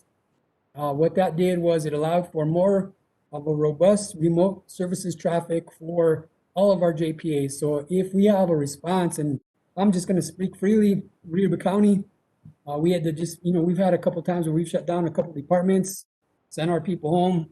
They're working from remote. Without that extra bandwidth, there's no way we could support that and our standard daily constituent services. There's just no way to do that. So by being in control of our own infrastructure, we can make those decisions. I can write an order, literally 2 days later, it becomes a reality. We're not sitting here haggling for price. We're not sitting here haggling for, does this make sense from a budgetary standpoint? We're just going to do it because it makes sense for our people. As long as we're operationally viable and as long as we're paying the bills properly, we're fine. Whatever our people need, that's what we're going to do. So, getting down to our next one. ReadyNet maintains a business model based on greater good. Oh, there you go. I think our response to the virus pretty much says it all. Yeah. There's really, you can't have that level of freedom and control and that level of movement to make some of the decisions that we've made here at ReadyNet if you're constantly beholden to some corporate entity that's taking the profits and throwing them somewhere else. We're trying to put our profits right back into our community. So I think you're seeing the reality that happened. I wish we could be moving a lot faster. Believe me, I wish we could. And we've done everything we possibly can to make that happen. Next slide, please. Our goals to reduce the cost of broadband for anchor institutions. We just have been working on a pricing structure and we're looking at how that stacks up from a commercial viability standpoint. And I think we're right in the mix. I mean, we're way below where we probably could be. We're just now livening up another 10 gig connection, which brings our cost down to about 69 cents a meg wholesale. We'll deliver that to our ISPs. Of course, we have to make money to insure it all and pay the expenses we have. But as long as we stay somewhere in that marketability, guarantee some kind of a profit for those ISPs so they remain competitive against incumbents, I think we can do that. Our community anchor institutions, again, have budgetary constraints. They have worker constraints that we have to work with. And as long as we're covering expenses plus a little bit extra to maintain our operational viability, I think we're doing pretty good as far as so far what we've been doing. Formulating strategic partnerships to increase our air taps. Well, we've been doing that by trying to leverage some of the contracts we have with other fiber owners in the areas so we can bring more coverage to the area. One of our major partners just got sold off to another company in Ontario, so it put a freeze on some of the negotiations we had going on. We're working with other owners to try to have multiple pass out for resiliency of our network, physical resiliency, which gives us a much better logical delivery and physical delivery. By using alternate paths, if one path breaks, that network doesn't go down. If all paths exist, you can load balance the traffic so you have a much more efficient broadband delivery to the endpoints. So that's what we're trying to do by leveraging those contracts I'm talking about. Workforce development and improve IT capacity. Well, I think that's pretty self-explanatory. We've been trying to get that done. Okay, ReadyNet customers. We have a few ISPs, and believe it or not, we work with people all the way to Glorieta. We've got a lot of presence. It's helped out the community a lot in that there's more choice for the endpoint user to select the options that they want, the price they want to pay, and how much bandwidth they want. Every one of those ISPs is a little different. Their business model is a little different. And what that does, again, is if you have a monoculture forest, not a healthy forest. If you got a forest that has a bunch of different fauna, and it's a lot healthier, it's a much more balanced ecosystem through biodiversity. And it's the same thing in any commercial environment, and broadband is no different. Community anchor institutions such as schools, medicine, we're servicing that. We currently service all of Los Alamos public school systems. We're trying to make it commercially viable for all the Santa Fe public school systems to come on board. Basically, what we've heard is the owner of the infrastructure that they have in their areas by making the Santa Fe POP our internet hotel, if you will, which was another dream that we had, and we made it a reality. That means that we're bringing better pricing all the way from Albuquerque to Santa Fe so that we can be much more competitive in the Santa Fe area. Since our fiber delivers directly to Santa Fe, we can do that. We can reach different markets by leveraging different agreements with different companies to get all the way to Denver. Again, that makes us a lot more resilient from a price perspective as well as a delivery perspective. So that's what we're trying to do here for all of these organizations with some limited success because of course, let's just take Presbyterian, for example. They're right in our backyard. We have fiber there. But the way they run their business,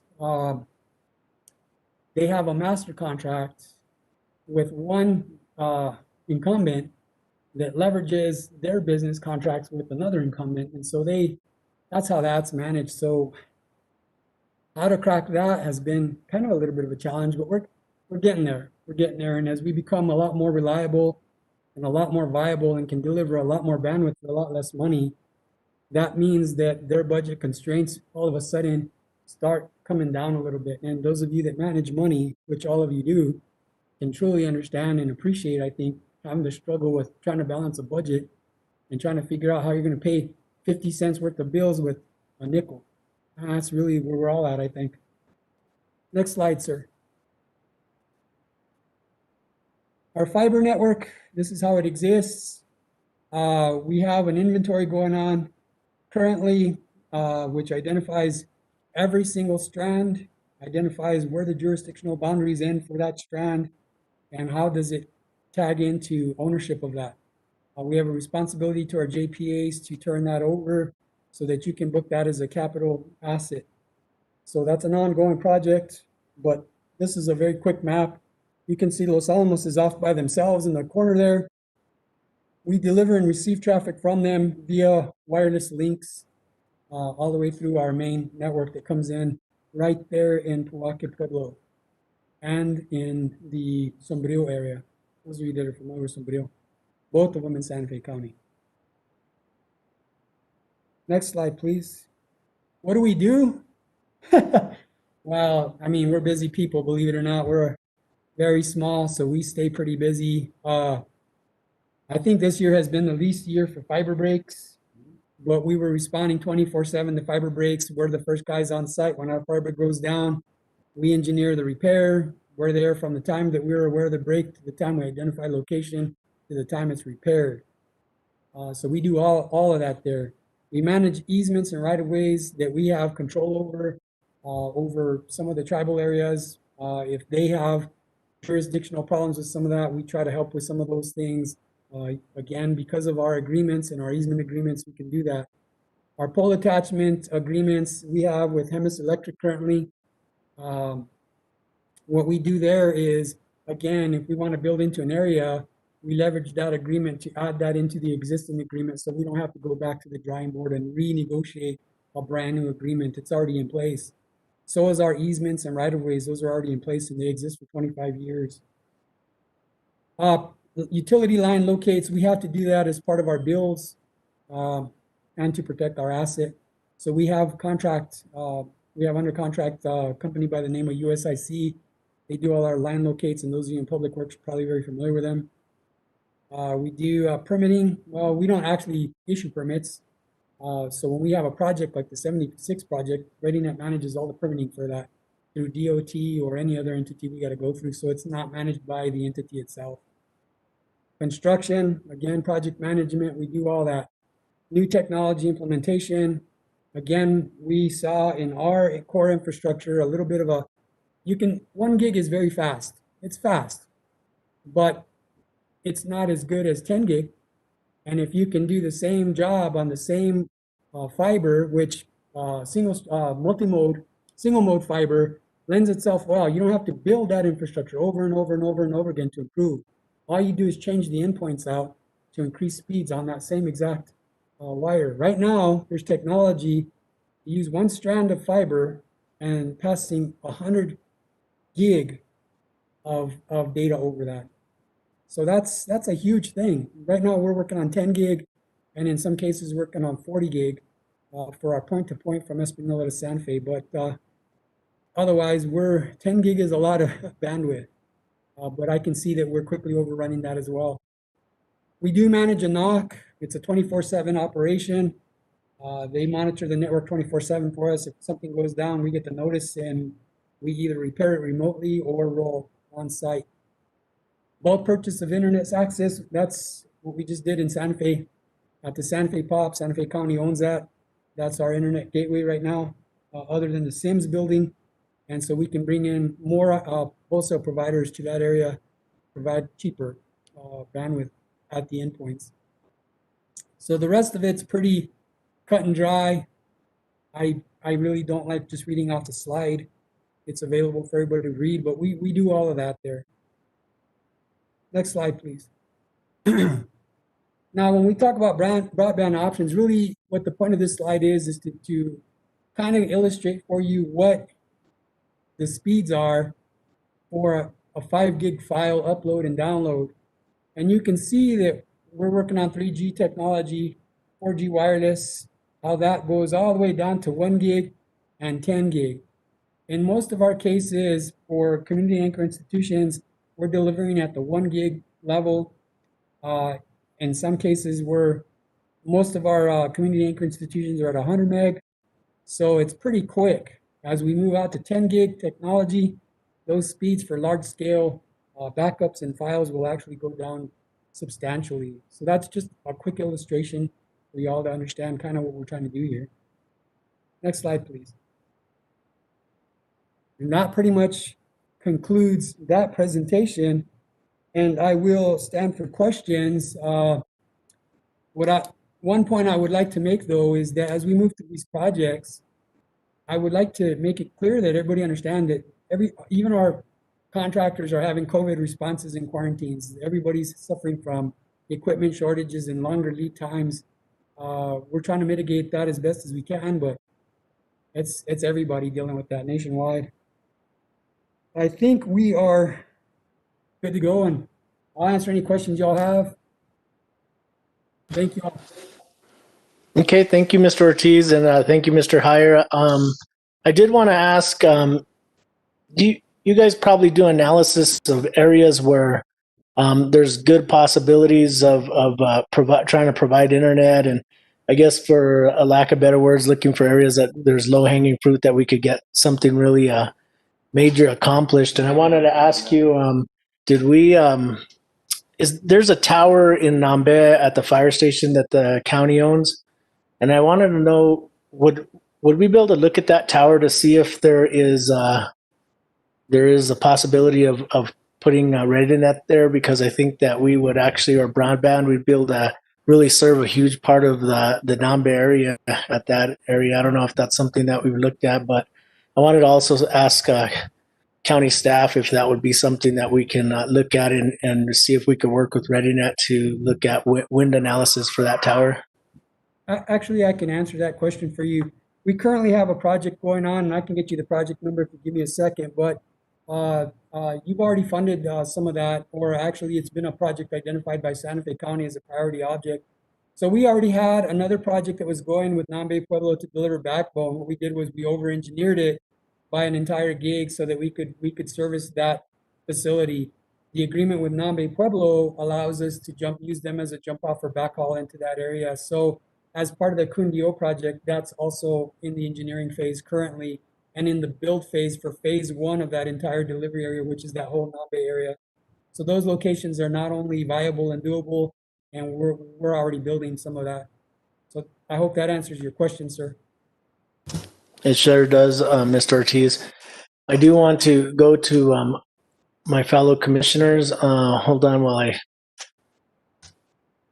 expand my screen here so I can see everybody and see who has a hand up. I'm just going to go through the list. I'll go to Commissioner Garcia. Just really quick, Mr. Chair, thank you. A great presentation by ReadyNet. And as you know, we've been dealing with that for a while. In the Rio Arriba County, Espanola area up north Santa Fe, where ex-Senator Richard Martinez and ex-House Speaker Ben Mahan funded a lot of money for that, but a great presentation. I appreciate that. One thing I like to do is I like to give a shout out to my cousin. She actually lives in Espanol in the Calden.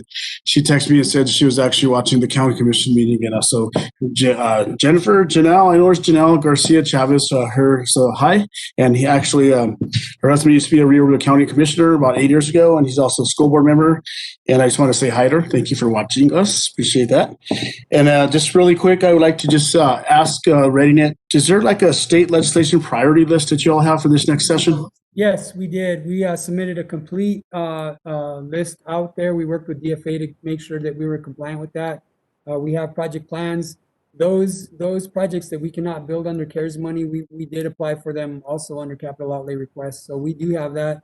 We requested on one project alone was 10.4 million on a 4 different phase project. That's moving out towards Cuba into that area to give us a northern out, a secondary out through the Albuquerque side of it. So we're looking at all that. We have a few more projects that were actually given to us by Santa Fe County IT staff. We went in and took that on board, and we include that in our plans as well. As we develop our contracts with various organizations that service Santa Fe County, we would be much more better suited and able to see how we can work more project plans into those kinds of requests. So the answer is simple, yes, sir. We are looking at that, and we do have a plan, and we do submitted it. It's with the state currently. Thank you, appreciate it. And that's something that, thank you, Mr. Chair. It's also something that you brought up that we've dealt with in many years ago is the Reynolds building, because all that stuff comes from Albuquerque to the Reynolds building, and then I forget what it's called, redundant. So if that thing would ever stop, everybody'd be out. So many years ago, the county is looking at redundant, which means if one line cuts, you actually have another line coming back and forth. But you're right, everything goes to that Reynolds building there on Cordova and St. Francis. But I'm glad you guys are looking into that. And so with that, Mr. Chair, just appreciate the time. Thank you, Mr. Chair. Thank you, guys. Thank you, Commissioner Garcia. Any other commissioners? Commissioner Hansen?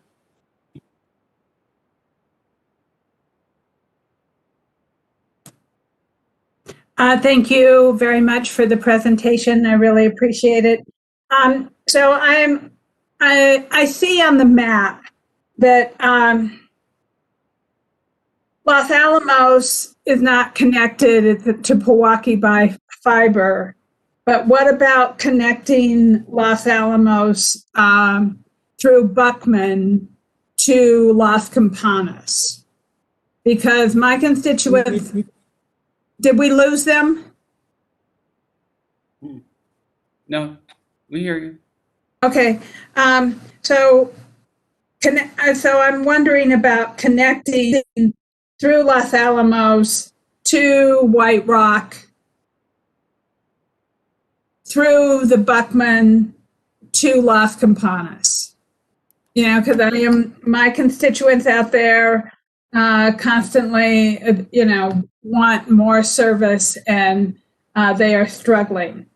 And then my other question is, do we have a dig once policy at the county where we can dig if we build a road, we can put fiber in at the same time?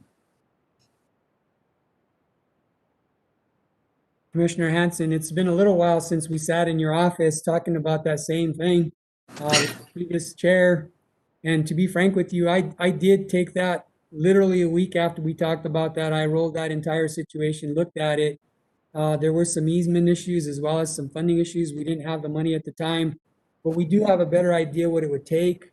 We do have a better understanding of, working with one of the negotiations we're working on right now would help us to potentially extend services into that area on an existing fiber line that is there already.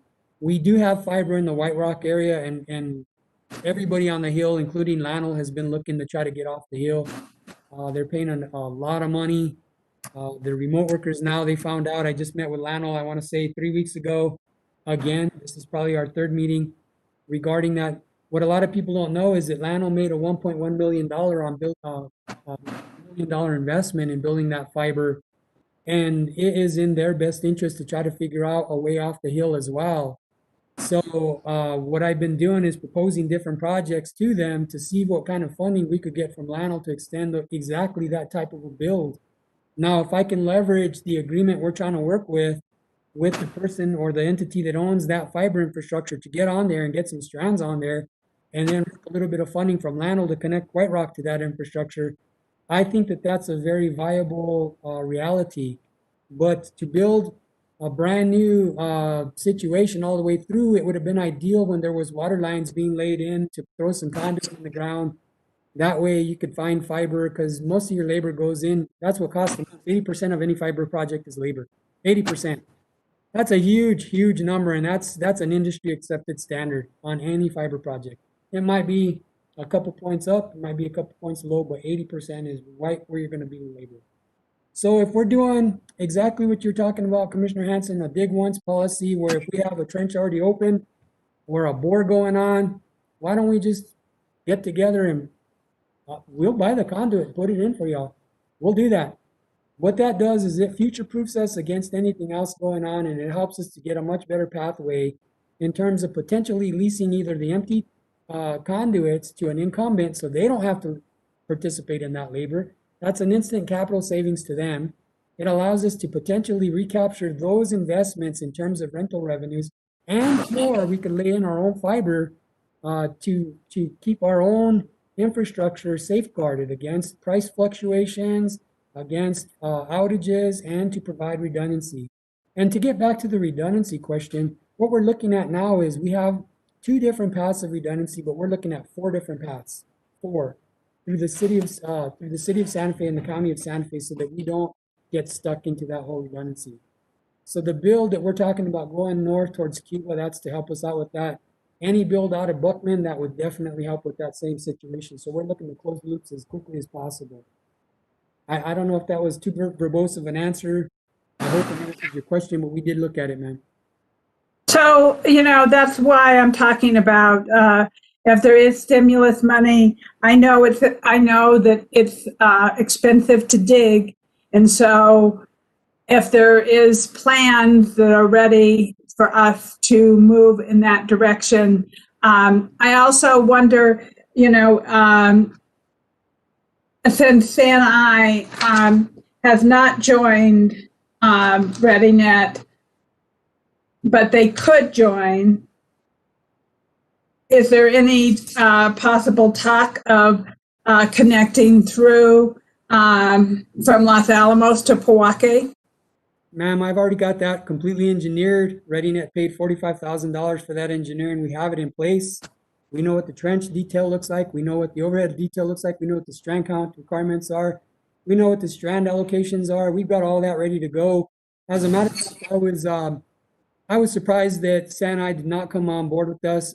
We had $6.5 million available for a complete fiber build to the home for all the Pueblo if they allowed access to that, and they didn't do it.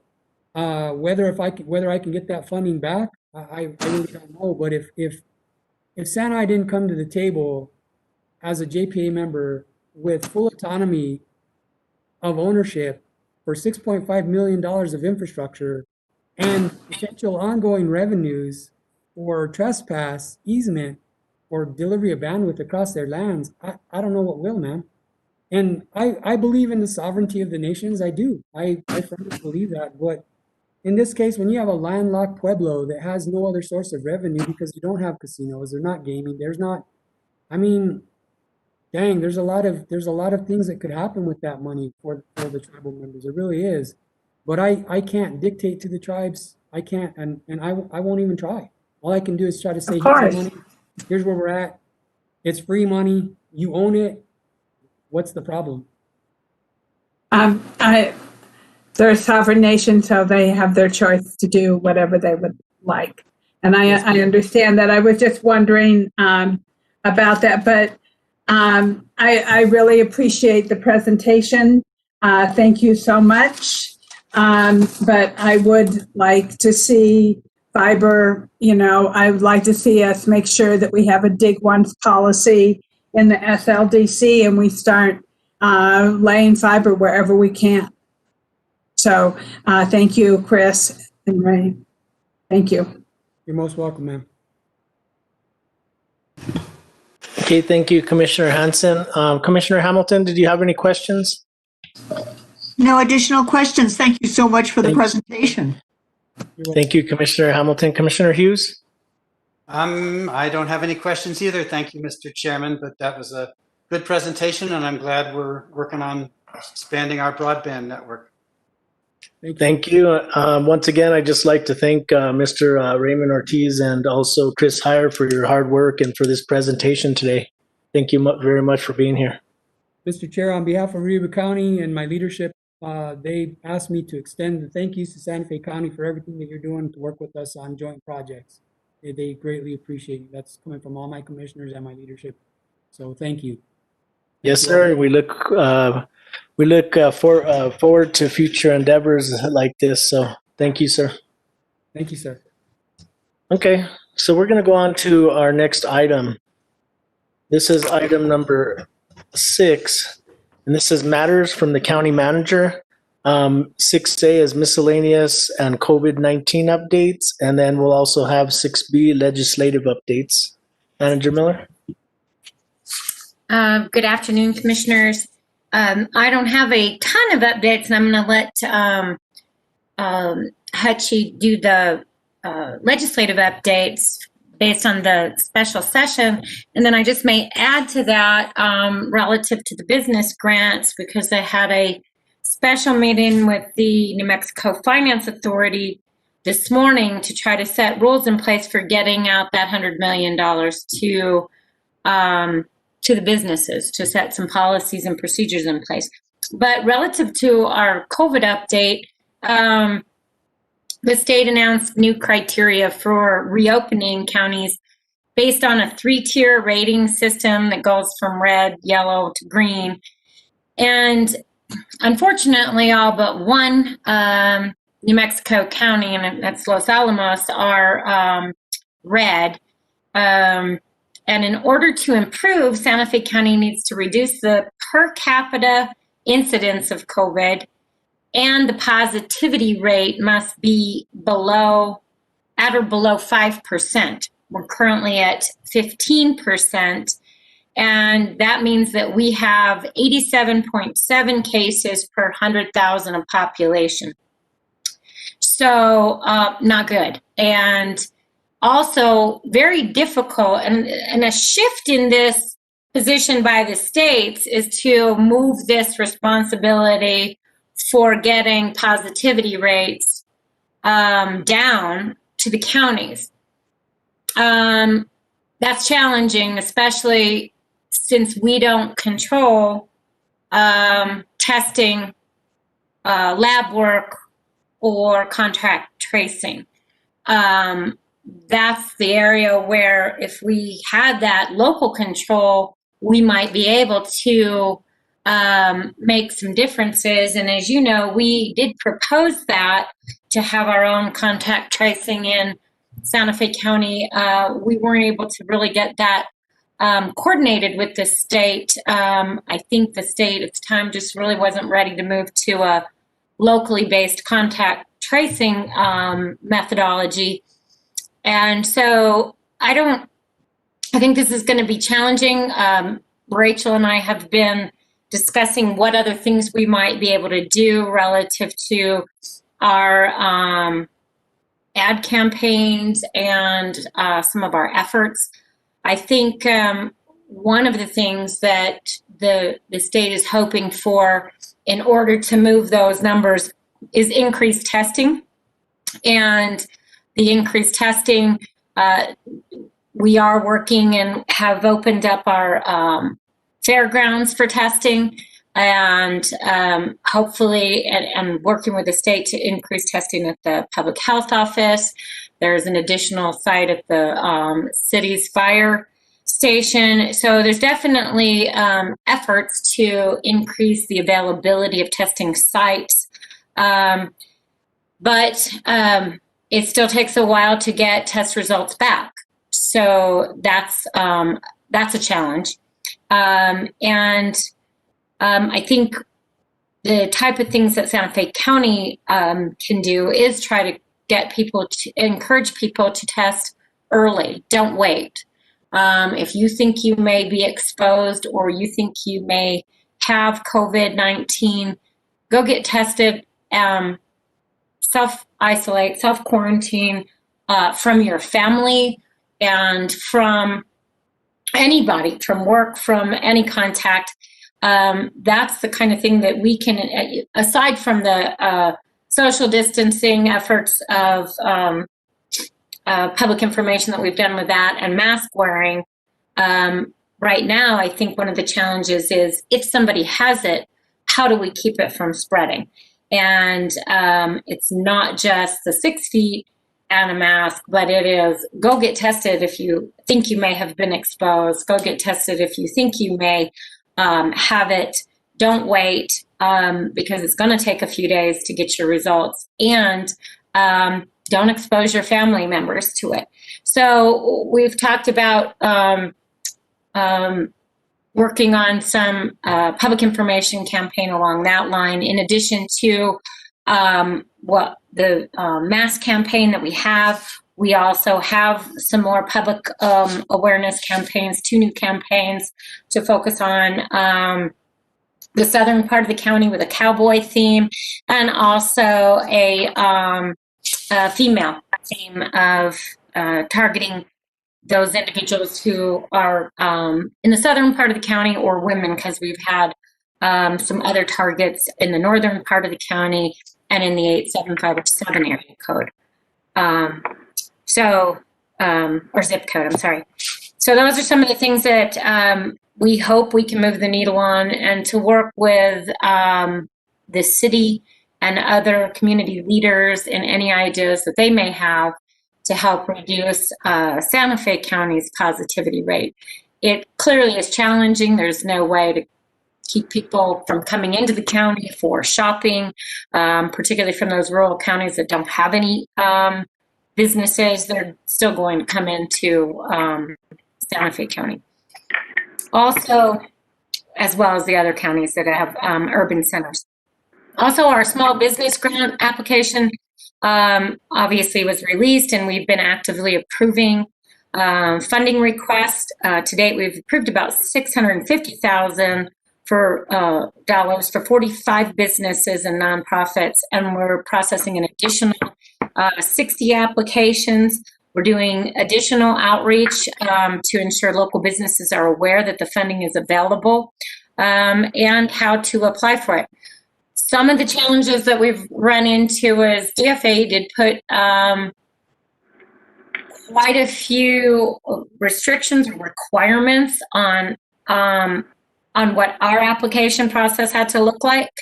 And so we created the program in line with those, but that's not necessarily in line with businesses in Santa Fe County, in the city, and in the town of Edgewood that need the funding.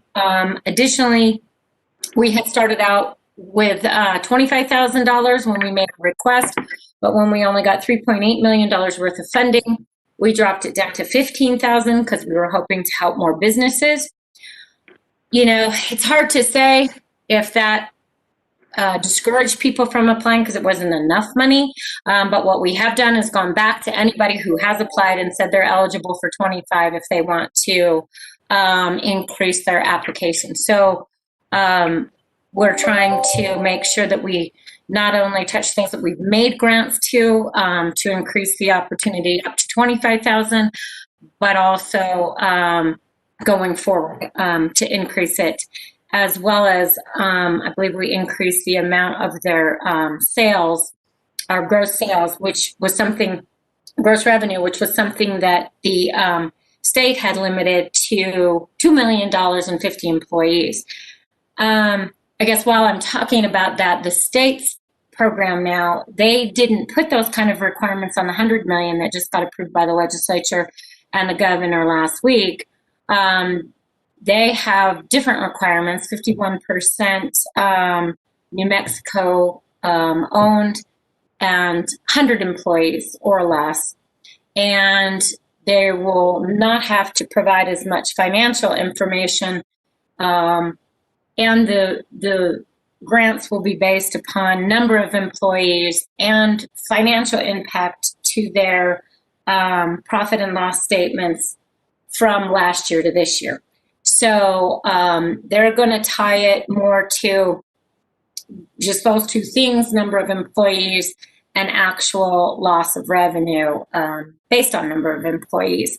They're also, but what that may do is actually put the state in some of the Santa Fe businesses going towards the state's grant program over ours. But the other thing they're doing is you can still apply to the state's program even if you've received a grant from a local government. They will just deduct from the amount you're eligible for the amount that you received from that local government. So we want to help get the word out about that opportunity, as well as to continue to push out all of the $3.8 million that Santa Fe County received in a grant.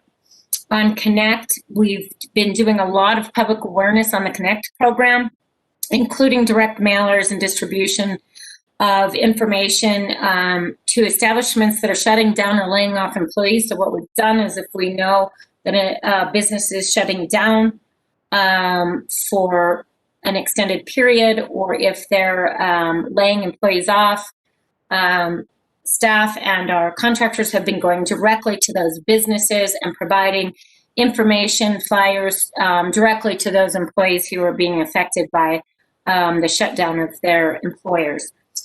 Last week, we had 600 applications pending, and we have added both contractors and community service department employees to help process any new applications.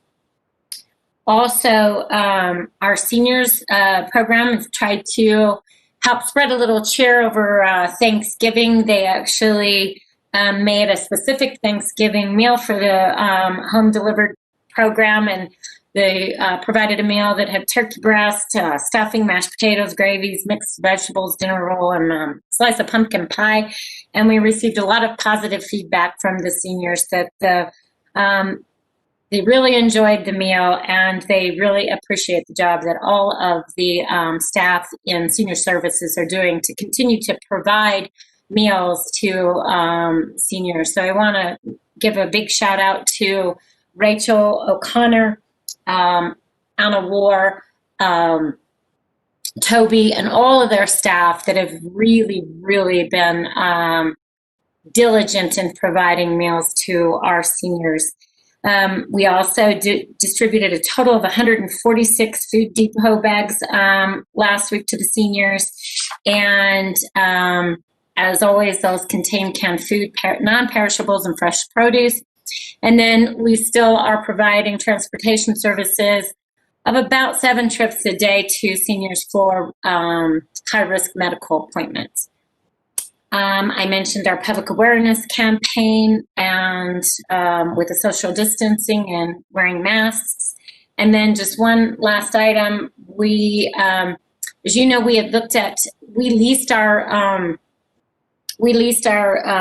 mobile health van to the state. We also reached out to the state. That lease was finishing up this month, and so we reached out to the state to reclaim our mobile health van. They have not purchased it. They were going to purchase it, but they have not appropriated those funds and executed a purchase agreement with us. So we are reclaiming it to prepare it to be used in the vaccination effort for COVID-19. So working with Martin and Rachel on how we could specifically outfit it as a immunization vehicle, anything that we can do with CARES Act money this month to get it set up so that we'd be able to utilize it. So that is all I have on updates relative to COVID-19. Do you have any questions? Thank you, Manager Miller. Do we have any questions from Commissioner Hanson?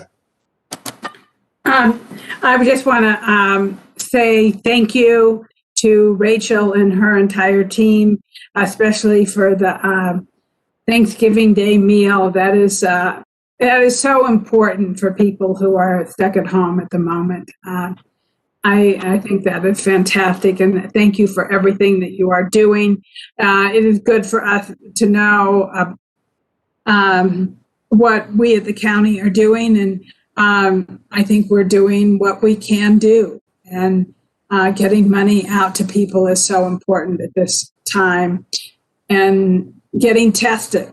Please, everyone, if you think you've been exposed, get out there and get tested. Anyhow, just thank you to everybody and all of Rachel's team. Thank you very much. Thank you, Commissioner Hanson. Commissioner Garcia? Really quick, Mr. Thank you. I agree with Commissioner Hanson, what she actually stated and brought forward.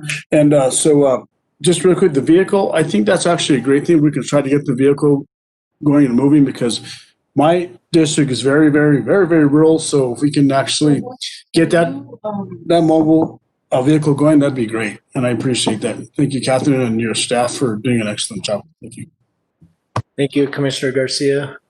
Any other commissioners that have comments? Commissioner Hughes? Yeah, thank you, Mr. Chairman. I think Commissioner Hanson said it very well. It's very nice to know that the county staff is doing so much at this difficult time. And I think the only thing I wish is that we could get people to wear masks more often and, pay attention to the social distancing and, especially, not gathering with people outside their household in tight confined places without masks. And I'm sure our advertising is doing the best we can on that message. But thank you. Thank you, Commissioner Hughes. Commissioner Hamilton? No, I don't have any questions, but it was an excellent report, and I'll just join my fellow commissioners in thanking Manager Miller and Director O'Connor for such excellent work in responding to the diverse county needs. Thank you. Thank you, Commissioner Hamilton. And I would ditto this remarks and sentiments. I'm really proud of the work that staff is doing. I did want to ask how the overall morale for Santa Fe County and employees, and how things are I guess how employees are sharing any concerns or relative to the COVID-19 pandemic. Manager Miller, does it seem like our staff is safe and are comfortable? So, Mr. Chair, obviously with the surge in numbers, I think a lot of staff got very nervous. We changed operations in the 100 Catron. We reduced hours. We were going 9 to 4. We moved that back to 10 to 2. We test or screen everybody who comes in. They have to have appointments. We've beefed up help for the treasurer's office so that people, they were just getting inundated with phone calls. They had hundreds of voicemails, so we actually hired temps to help them clear the backlog of phone messages so people didn't feel they had to come down to the county to find things out. We've definitely had an increase in employees who have potentially been exposed. The sheer numbers in the state and the county would indicate that. We had none for the most part through September and October even that felt that they were exposed and had to quarantine. We have had an increase in that with family members who've been exposed, and then and therefore they've been, an employee's been exposed through a family member and had to quarantine. We are providing, because we did receive CARES Act money, we have provided 80 hours of administrative leave for that through December. That was something that prior to receiving CARES Act money, we were not able to do. So we've done a lot in the last couple of months to change, as the numbers have increased in the county, to change the way county staff is doing business, making sure they're socially isolating. We have had some incidents where some staff have not been that cognizant. So we have definitely, how will I put this? Maybe I've kind of brought down the hammer that you need to ensure that if you're not able to work from home and work remotely, because we have done that wherever we can, but where we can't, that they socially distance and they wear their mask, and reminders of it, and to make sure that if an office area is small, that we utilize other office areas, emptier areas, and move people around. We took some people from Public Works, in the administrative area of Public Works, and moved them to the empty HR building where we have separate offices. So a lot of that has been done just in the last few weeks since the numbers started to surge. So we have tried to take care of employees and ensure their safety. As you know, we've deemed all county employees essential, and you can see that we are definitely essential in the services that we provide and the amount of work that we're doing. We've changed the way we're delivering our services, but they certainly have not been reduced. So I hope that gives you an idea of what we've tried to do to help help employees feel safe and feel secure, stay at home where they can, and also to remind them to wear their masks and be careful, wash their hands, do their part to slow the spread of this virus. I think I will say this, I think working in this environment has become hard for everybody. It's challenging.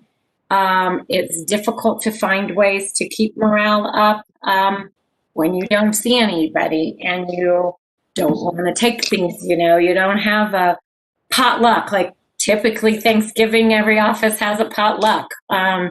This isn't the environment to have a potluck, so there were no potlucks.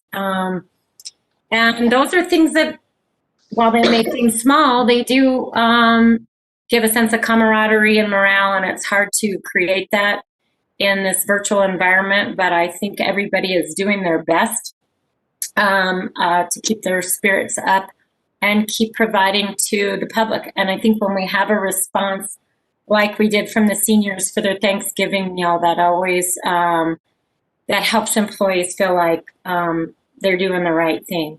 I wish I had gotten one of those meals because my turkey was not very good.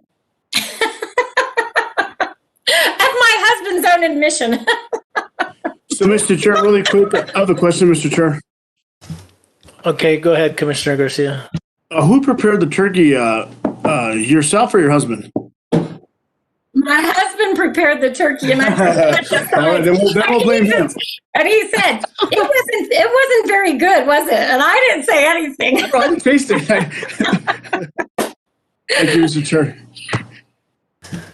Thank you, Commissioner Garcia. And so, yeah, I just, want to just reiterate that for us to continue to evaluate, the need for employees to be in the office if not necessary, and which ones can possibly work from home. It's just something that, as time goes on, we may have to reevaluate and look at closer. Another thing I want to do is just ask for our constituents in Santa Fe County to be patient with these changes.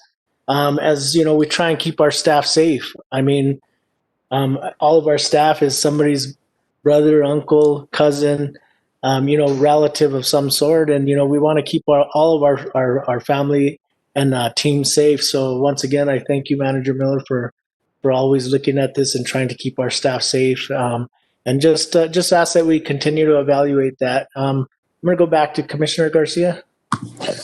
Thank you, Mr. Chair. And really quick, just to add to that, I appreciate Manager Miller and her entire team, as well as my colleagues, as into moving forward. As Santa Fe County is doing an excellent job.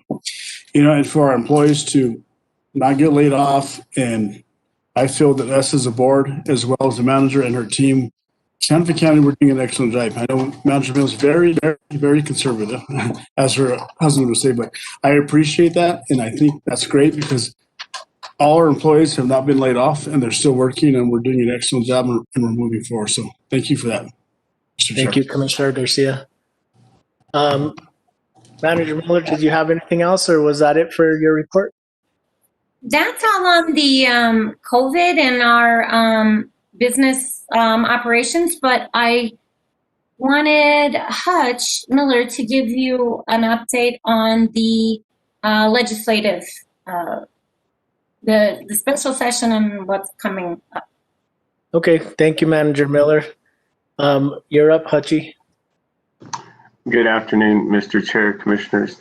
Good to see you all.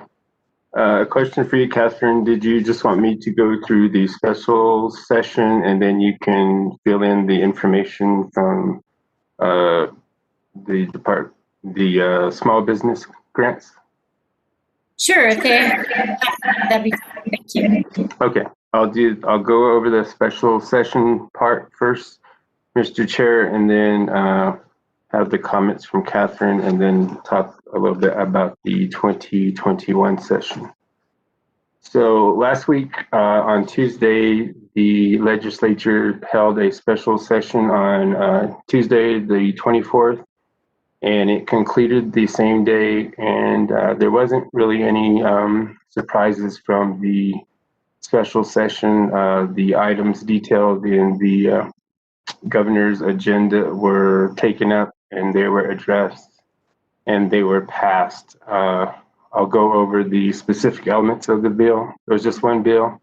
It was House Bill 1, which was passed and then signed by Governor Lujan Grisham on Wednesday, the 25th.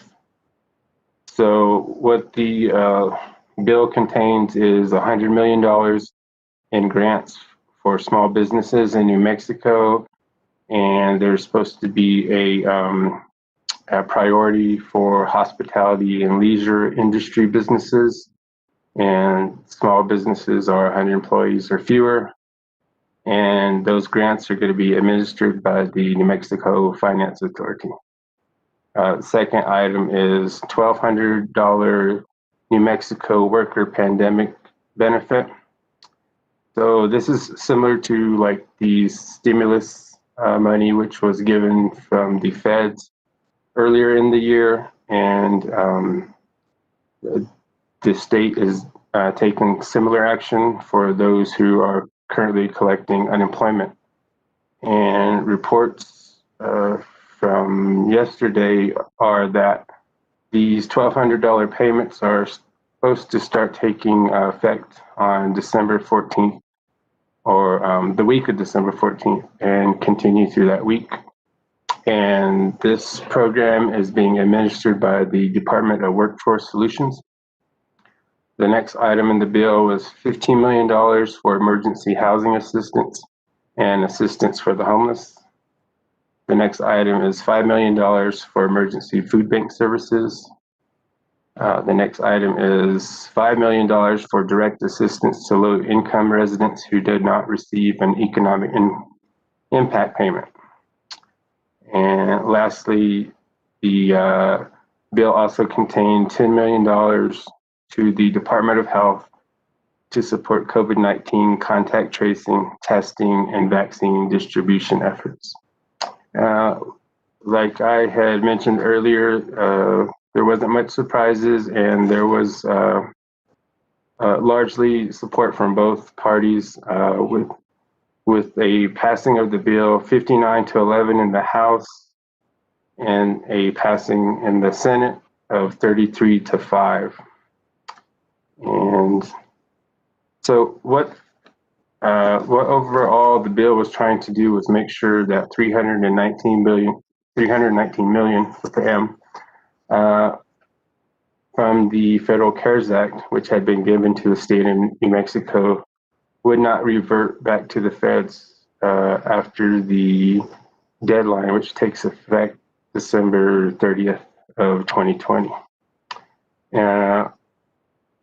There was one amendment trying to be included in the bill, but it ultimately did not pass, and that was for a hazard pay bonus for essential employees, such as healthcare workers, grocery store workers, any type of business that has remained open throughout the pandemic. And that was supposed to be a $600 payment, but it ultimately did not make it into the bill. But during the debate of this particular amendment, it was mentioned that this item of a hazard pay for essential employees would most likely be brought up in the regular session in January of 2021. So that is an item that is going to continue. Some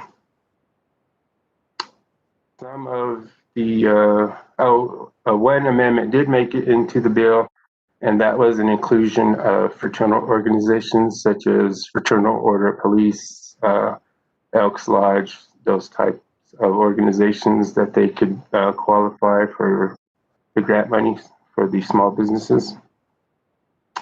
And criticism of the legislation and the conducting of the special session included that the overall bill was limited in its effect, that not everybody or not all the legislators were informed in due time, so it was considered more of a last minute rush issue. And also that the state needs to take a bigger response to help out the citizens of the state. And lastly, that there was also criticism provided saying that the measures taken so far by the state are not the correct to address the pandemic at hand. So some criticism, but by looking at the votes, overall it wasn't too controversial and everything got concluded in the same day. And with that, Catherine, did you want to provide your comments on the small business grants? Sure, thank you. So I just wanted, as I said, the New Mexico Finance Authority was tasked with getting $100 million out in small business grants. They will range from $2,000 for non-employer businesses to up to $50,000 for those businesses with 76 to 100 employees. They will be looking at those businesses with severe economic impact, which will be determined by calculating each business's profit and loss divided by the number of employees, and it'll be measured against other applications in those instances where there is greater request for funding than funding is available. If all the funding is available, then they'll look at them based upon their employee size. There was a desire by the legislature as well as the governor to make sure that the funding targeted rural areas. So there is a 40% earmark of that $100 million to be earmarked for businesses in rural New Mexico, which will be determined by essentially an urban area, and then that those areas that are supported by that urban area. So while Commissioner Garcia, for instance, indicated that much of his district is rural, there's also parts of his district close into the city of Santa Fe that they would not consider rural. So that doesn't mean they're not eligible. It just means they'll be competing in the urban pot. Then there also will be earmarks for industry and business types because they really wanted to focus on the hospitality industry. So hotel industry will get 20% earmark. Restaurant will get 20%, and that's within the rural and urban areas. But essentially, I would say that 58% will be geared towards other leisure and hospitality, hotel, restaurant, destination marketing organizations, and then the other 42% for other type of employers. And that they don't have a whole lot of other requirements, but and they're going to do it starting next week, accepting applications. And they're going to do it in what I'll call as 3 tranches. So they'll take all their applications. They'll look at distributing 40 million. Then there'll be another date of cutoff of applications. And out of that total amount of applications, do another 30 million. And then by December 18th, I think, will be the final cutoff of applications. And they anticipate they will likely get applications for all 100 million. I just wanted to let you know about that and the details of that, because please get the word out to any businesses that you know that would be eligible. Because the key thing about this is it does need to be out the door by December 28th in this case. I think the bill requires anything that isn't out for the business grants will go to the income side, income support side, and then if anything that isn't spent out of the money as it stands now will revert back to the federal government on December 30th. So the Finance Authority and the state are looking at anybody to partner with them to get the information out. As soon as I have an actual link to a website, we'll make sure that all of you have that, can send it out to your newsletter group, because you each have your own individual mailing lists, and we'll also put it out on our website, and we'll put it out to our county mailing list. So that's how I have on the business grants and the last special session, and then Hatch, I'll turn it back to you for anything else. Thank you. The second part of my report is regarding the upcoming 2021 regular session. And so the 2021 session is a 60-day session, and it will start on January 19th, which is one day before the swearing in of the new president.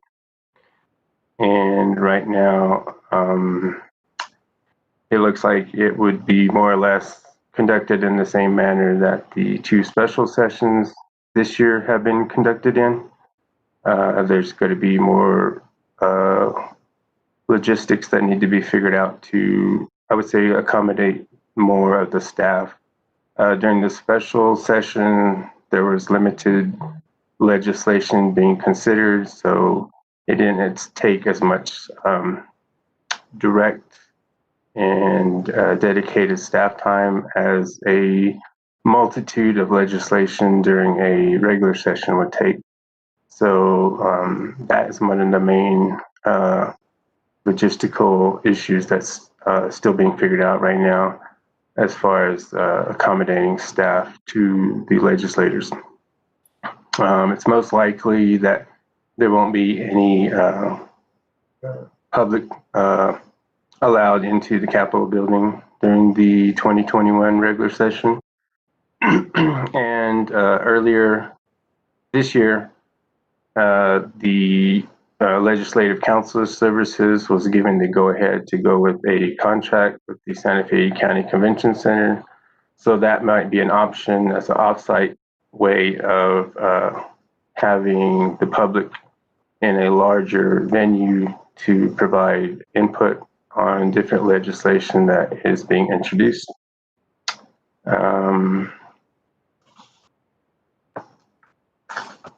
What I have here in the report is that the House and Senate had their rules for conducting, and that the House of Representatives allowed members to participate live at the Capitol or virtually from their own homes or offices. And the Senate rules were that Senate members were allowed to participate live in the Senate chambers or from their offices within the Capitol, but they were not allowed to participate from home. Also, in the report, I have who are the Senate and House leadership. And the two biggest changes are that the Democratic caucus has nominated Senator Mimi Stewart of Albuquerque to serve as the Senate pro tem. She would be replacing Mary Kay Papin, senator from Las Cruces. And the other change on the minority leader side is the nomination of Senator Greg Baca to be the new minority leader in the Senate, and he would be replacing Senator Engel. Another big change that's not known, but definitely a possibility right now, is that the governor herself might be serving as the Secretary of Secretary of Health and Human Services for President Biden. And that might be known as early as next week. And that could change a lot of things as to what would be brought up for the governor's agenda in January. And it would be Lieutenant Governor Howie Morales who would take over the remaining 2 years if Governor Lujan Grisham did in fact get appointed and accepted the nomination for a spot in the president's cabinet.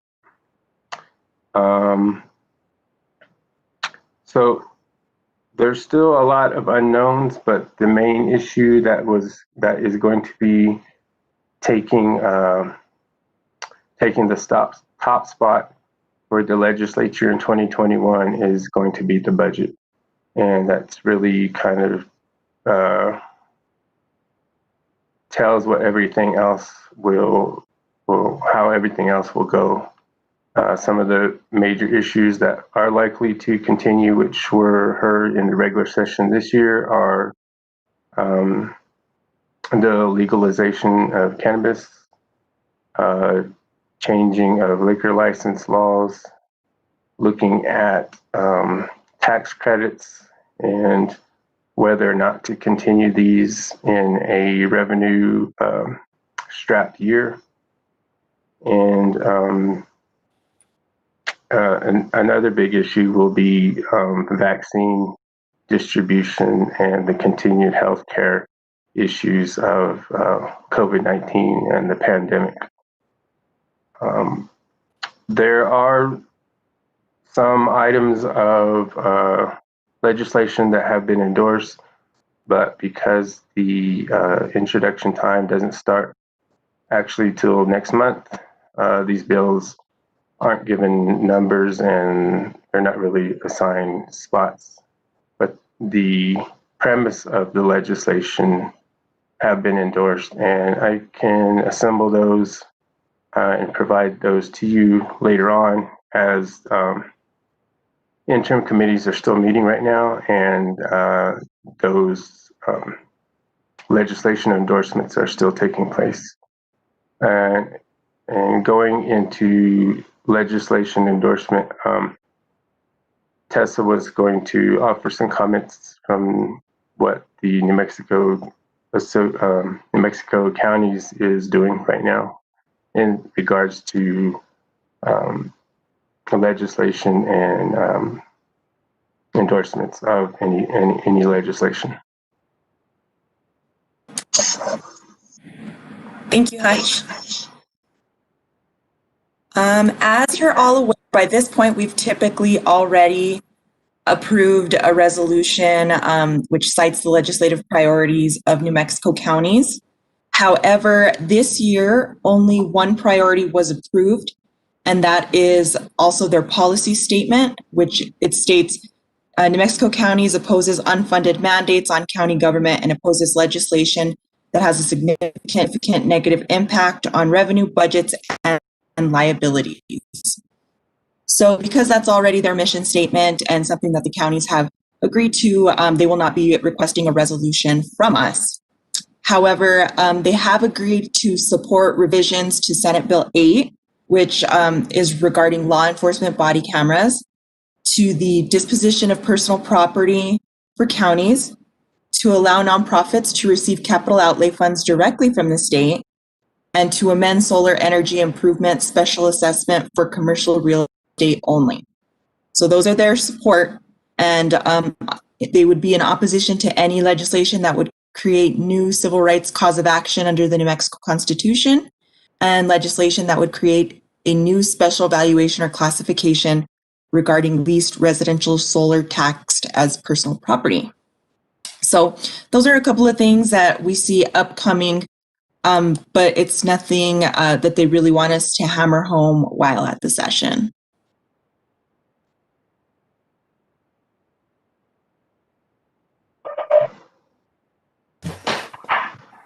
And with that, I'd be happy to answer any questions you have at this time with regards to the report. And if you have any other items which you would like me or Tessa to follow up with, we'd be happy to do that as well. Okay, thank you, Mr. Miller. We appreciate it. And Tessa, Joe, and Manager Miller for all the legislative updates that you provided.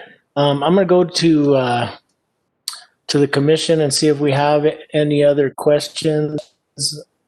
Can I see a show of hands of any questions, comments? Okay, Commissioner Hamilton. Then I'll go to Commissioner Hansen. Well, just a quick question at the moment. Given the unusual circumstances, are you guys going to find it more difficult to follow what's going on and give input? I don't expect, sorry, Mr. Chair, Commissioner Hamilton, I don't expect to. I expect it to be a little bit easier in that we won't be running from one committee room to another. You can have both screens up and pay attention to two different meetings and track your agendas a little bit easier. That's for me personally. I'm not sure how Hutch feels, but I know he's always happy to rise to the occasion, so. Mr. Chair, Commissioner Hamilton, the way that comment was being taken in this most recent special session was that on the Senate side, they were taking emails in support or opposition to legislation, and they were allowing comment to be introduced that way. And on the House side, they were taking virtual, either through phone or through video conferencing technology comments of public input. So depending upon which side of either be the Senate or the House, they would probably have similar manners of public input, but I think it would take a little bit more preparation to have more or less written comments to be able to be provided to either the House or Senate.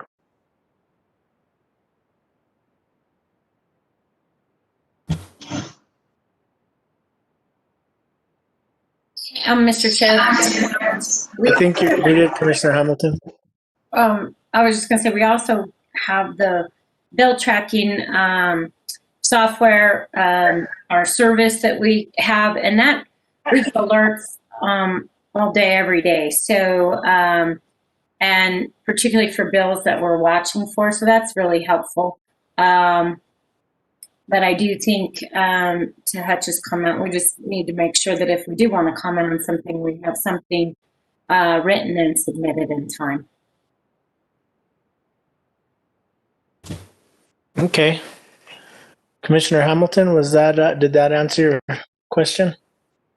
Yep, it got right to it. Thank you. Thank you, Commissioner Hamilton. Commissioner Hanson? Thank you, Mr. Chair. So is there any way to ask for, are there going to be asking for capital outlay? I mean, are we hearing that there's the zero capital outlay? What's the story? Mr. Chair, Commissioner Hanson, we will actually get a more clear picture coming this Thursday. There is a capital outlay presentation being provided to the Legislative Finance Committee. And after that, I can make sure and provide the Commission an update as to what the forecast is, whether there is capital outlay that's going to be issued, a limited amount, or if there is going to be none at all. But I think Thursday, we will have a clearer picture of that. Thank you. Then also, we normally gather together our Santa Fe legislature colleagues. I can't see us doing it via Zoom, but I think after we find out if there is any capital outlay, we'll put together a packet and like we normally do, or write them a letter, or what do we have any ideas of how we're going to approach that? So, Mr. Chair, Commissioner Hanson, we'll write them letters no matter what. We'll write them based upon any direction that the board gives relative to supporting or opposing legislation. Like we have done in the past, we've had not just our capital outlay priorities, our top 5 county-wide projects, but a list of our ICIP and their districts. So we'll still provide them a packet. Even if they don't have capital outlay, it's one more way for us to get our needs in front of them. So we'll still send them a packet. I don't know that it's really conducive to do some kind of Zoom and send them sandwiches. I'm not sure we get a whole lot of participation. So I think we might just be best sending a little basket or something and our a little packet to them, thanking them for their work in the legislature and just letting them know our position on certain pieces of legislation as a county, as well as our capital outlay needs, if there is any capital outlay, and also inviting them to contact us if they have any information or assistance they need from us.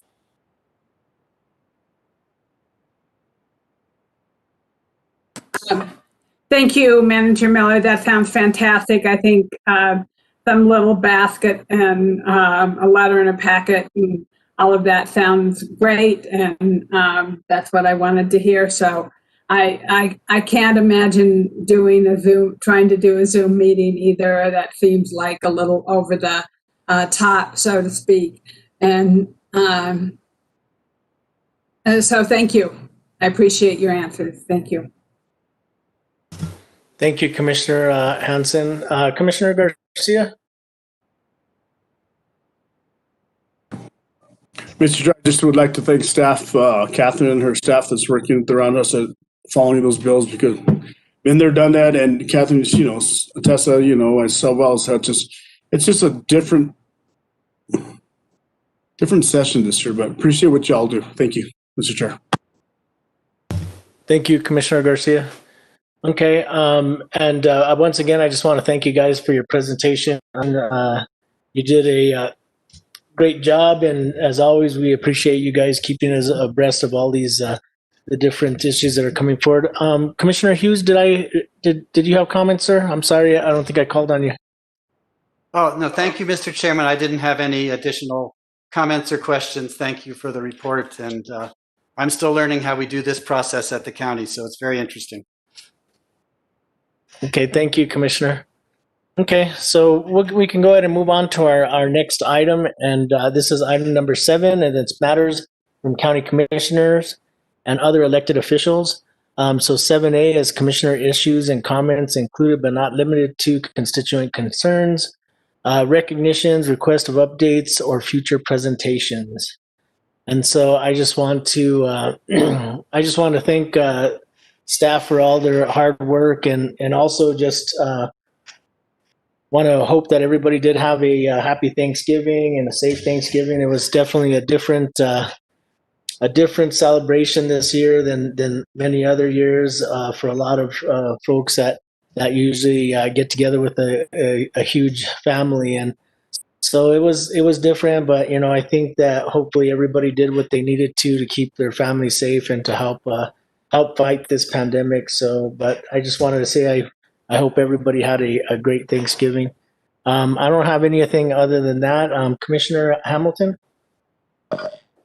Yes, thanks. Just one quick thing. This coming Saturday is the first Saturday of December, and so I'll be doing Coffee with the Commish at starting at 9. And as usual, Tina will send out the meeting notice and link to everybody, and I hope lots of people can join. It's been pretty successful. And in addition to Tina, I want to really give a shout out to Daniel Frescas and Tessa Jo Mascarenas for their continued assistance with that, which I just appreciate more than I can say. They do a fabulous job. So thank you, Mr. Chair. Thank you, Commissioner Hamilton. Commissioner Garcia? No, Mr. Chair, I don't at this time. Thank you. Thank you, Commissioner Hanson.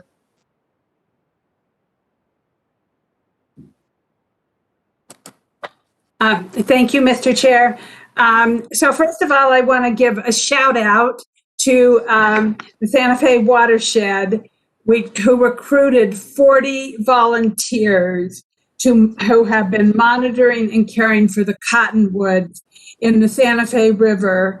They have spent like 92 hours over 7 visits in 2020. And this is part of the Santa Fe County New River Greenway project. Watering them, they have a bucket brigade, and the volunteers have helped to impact approximately 100 cottonwoods remaining from previous seasons. And at the next meeting, I did not have time. They just notified me about this, but I plan to offer certificates to all of these 40 volunteers for their dedication and hard work to keeping the Santa Fe Greenway green and beautiful, and for future generations to be able to appreciate that. I also wanted to thank Sarah and Daniel and for my moving forward conversation. I think it was a little jinxed, but I think it has to do with, like Commissioner Hamilton, the first time she went and did her first video, she had technical issues. We had a few technical issues. So I think it's just part of the process of learning how to make these roundtables work. I look forward to doing another one in January. And just keeping in touch. Reunity Resource in my district will be having another pop-up farm day on this Saturday, December 4th or 5th. The 5th, December 5th. So in the morning from 10 to noon. You can also order online. And otherwise, I've been busy also attending a number of NACO meetings, Resilience Community, and the EELU, where we have had some very interesting presentations. And and Sarah and I have been very busy, and I want to wish everybody I hope you all had a happy Thanksgiving and blessed holidays. It'll definitely be different this year. You know, staying home, staying safe is the most important thing that we can all do. So thank you for the few moments. And Mr. Chair. Thank you, Commissioner Hanson. I'm going to go to Commissioner Commissioner Hughes. Thank you, Mr. Chairman. I just wanted to run through a couple things that I've been working on that I want to make sure all the other commissioners, as well as my constituents and the staff, are aware of. As some of you know, I asked the Ethics Board for some advice on my dual role in our community, which they very kindly gave me. They also asked me to help them update the ethics ordinance. And so I've been investigating that, and we'll be meeting with the county attorney's office on Thursday to learn what some of the issues are with that. I understand that it, got to a certain point and then got stuck. And I'll see if there are ways to get it unstuck. But this is one where if there are other commissioners who have insights, I very much welcome your insights, because I'm stepping into this new, and I'm sure I'm going to step into something. But I appreciate any help. Just in addition to that, Commissioner Hamilton and I have been talking to people up and down the 285 area about the issue of nuclear waste transport, and we'll keep working on that.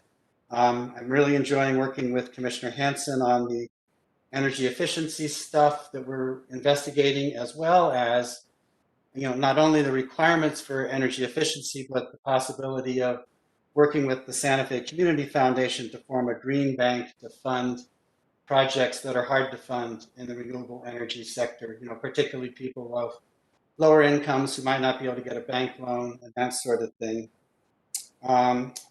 And second to last, I did get some complaints from the San Marcos area when the transfer station hours changed, and I wanted to thank the staff at Mr. Director Haron's staff and Gary for their explanation. When we explained that it was because of safety and COVID, people seemed much better. And so I think we need to make sure that people know how hard our county staff is working under very hard conditions, and that we're trying to keep things as close to the way they used to be as possible, but it's not possible to do everything. And then finally, I'm also having my community meeting this Thursday, since it's the first Thursday, at 5:30. And thank you, Mr. Chair. That's it for now. Thank you, Commissioner Hughes. Okay, so I'm going to go to our next item, which is 7B. Mr. Chair, if I may really quick. Commissioner Garcia, go ahead. Just really quick, I actually wanted to say, on November 10th, we had our Board of County Commissioner meeting, and November 11th was actually a Veterans Day. And I just would like to, I apologize for myself, deep-hearted that I didn't tell everybody Happy Veterans Day. And so I just wanted to bring that up because I got a call from a couple of people who said, you didn't tell anybody. Great Veterans Day. So I just wanted to bring that up first for the record. Thank you, Mr. Chair.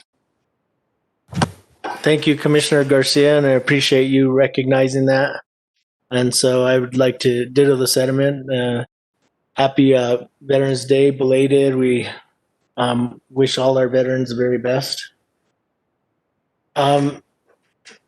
So we're going to go on to our next item, and it's 7B, other elected officials, issues, comments, including but not limited to constituent concerns, recognitions, and requests for updates for future presentations. I know that we have our county clerk, Ms. Salazar. Did you have anything to share? Chair Roy Ball, as I mentioned earlier, we did complete the post-election audit, and Teresa Atencio submitted our findings to the auditor, the CPA that was hired by the Secretary of State. to give us direction and selection of where the audit needed to be conducted in our elections. We balanced. Everything went well. We had to recount absentee ballots just to ensure, because we couldn't find one ballot, but it was located. So we went over all of the early voting ballots, all of the absentee ballots, and election day ballots. So we're talking about over 80,000 ballots that we had a team working Friday, Saturday, and Sunday. So that's complete, and we are good to go with that. In addition to that, we are continuing with data entry. It continues in the office. We have a lot of voter registrations. I think this morning I checked and we had over 1,900 voter registrations, and then some in the system, over 900. So we're working on that. And the temps that we hired with the grant that we received are helping, because we have a lot of work, as I mentioned earlier today, because of this historic election. So that continues also. And then we're just finishing up all the details. We're also preparing for retention of our election documents. We have to go through that whenever we have an election. So we will be going and boxing up all of our documents, election documents, so that we are following the law with retention. And then if we have any records from previous elections that we can destroy after the statutory limits, then we will destroy those, and we go through a process. So there's a lot still going on in the county clerk's office. We continue with our recording operations, our records operations, our probate operations, everything else. And thank you very much. Thank you, Madam Clerk. Do we have any other elected officials online right now, Tessa Jo? No, Mr. Chair, we don't. Okay. Thank you, and thank you for the update and sharing and recognizing the staff of the county clerk and the hard work and how much work it was. So we do appreciate you guys once again. Thank you, Chair Roybal, and thank you to all the board for all your support. It was an interesting process, and I will cherish these moments forever. Thank you.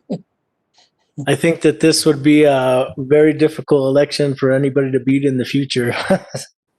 So, great job. It was incredible. Thank you. Thank you. Okay.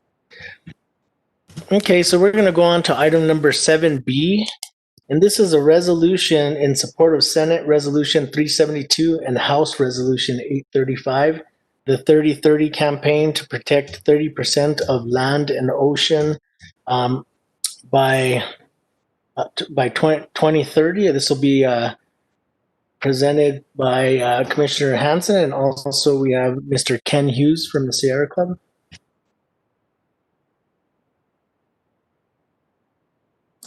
So, Mr. Chair, I want to just say that this is also supported by Commissioner Hughes, and we have Ken Hughes as our guest. So we have, they're not related, but they're both in support of this resolution.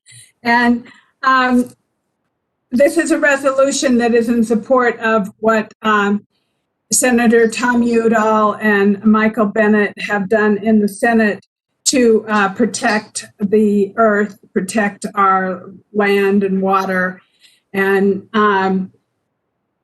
you know, in the past 4 years, Santa Fe County has brought forward numerous resolutions to stop the climate crisis.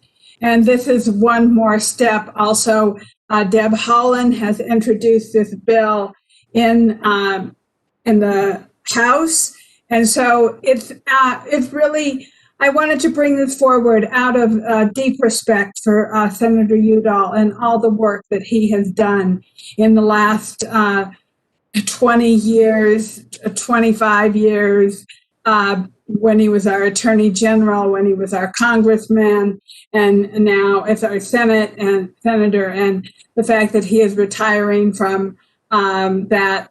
Hopefully he will go on to continue his activism in many different ways. He is a top contender for the Department of Interior post.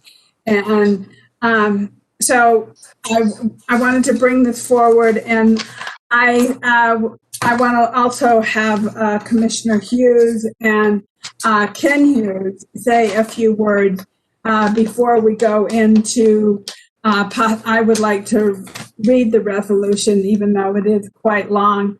I think there's some really important items in it that needs to be put in the record. So, Commissioner Hughes, I want to turn it over to you for a moment. Okay.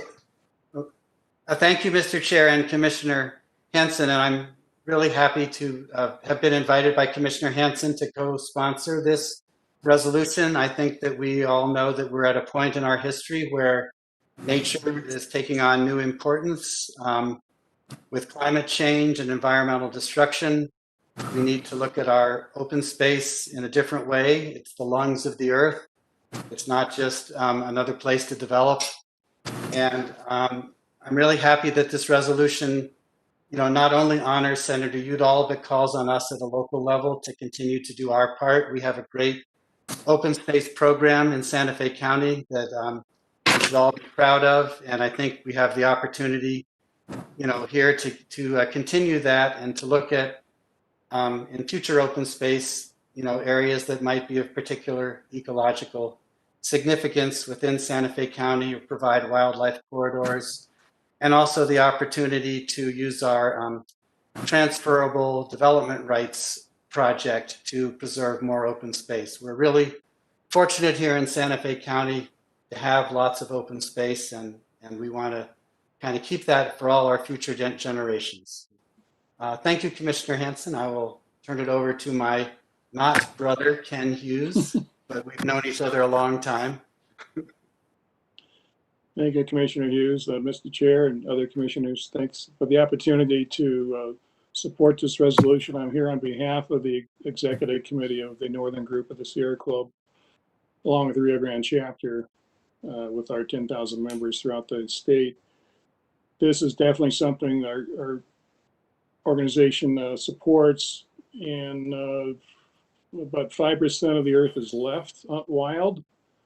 We really need to bump that up. So I'm really glad to support this, and I think there's no better gift for Tom Udall as he leaves the Senate in a few days to support this resolution. It's something he's worked on tirelessly in the Senate, and I'm sure whatever role he plays in the future will also continue to promote a 30 by 30 resolution in adopting it by as many entities as possible. So thank you very much. So with that, Commissioner Hughes, would you like to read this resolution with me, or would you like me to read it? Well, since you have a copy in front of you, I think I would like you to read it. Thank you. So a resolution in support of Senate Resolution 372 and House Resolution 835, the 30 by 30 campaign to protect 30% of land and ocean by 2030. Whereas the continental United States loses a football field worth of natural area every 30 seconds due to human activity. Whereas this loss of nature accelerated by climate change is a threat to the nation's health and prosperity, affecting communities' clean water and defense against severe weather, floods, and wildfires. Whereas to curb wildlife extinction, fight climate change, reduce toxic pollution, and safeguard healthy natural systems, our nation must confront the conservation and climate crisis head on. Whereas the 30 by 30 campaign, a worldwide science-based initiative to conserve at least 30% of the Earth's land and oceans by the year 2030, was launched to address our climate crisis and reverse the destruction of our wildlife, waters, and natural places. Whereas science-based research has found that conserving and restoring land and water is necessary to preserve the Earth's biodiversity and ecosystems and mitigating the impact of climate change. Whereas biodiversity loss and human encroachment upon wildlife habitat is increasing, and the risk of infectious diseases such as COVID-19, Lyme disease, and SCARS. And whereas our natural places provide us with food supply and clean drinking water, boost our economies, and offer us a wide range of health benefits. And whereas wilderness, wildlife refuges, national conservation land monuments, and other conserved places provide access for hunting, fishing, hiking, biking, camping, and outdoor recreational pursuits, whereas permanent conserved private lands, including working ranches and farms, protect open space, preserve threatened wildlife, and help maintain a sustained way of life. And whereas every person, regardless of race, background, or economic status, should have access to safe, clean, and close to home opportunities to get outside in nature. And whereas scientists are warning that protecting at least 30% of land and water is a bare minimum, we must achieve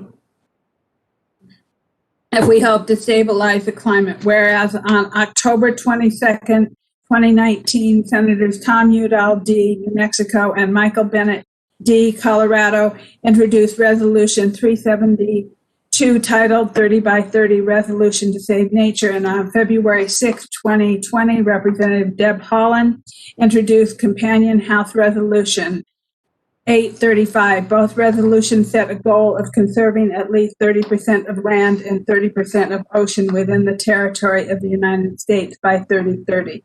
Whereas Santa Fe County has a total of 1,911 square miles, of which approximately 1,909 square miles is land and 1.5 square miles is water.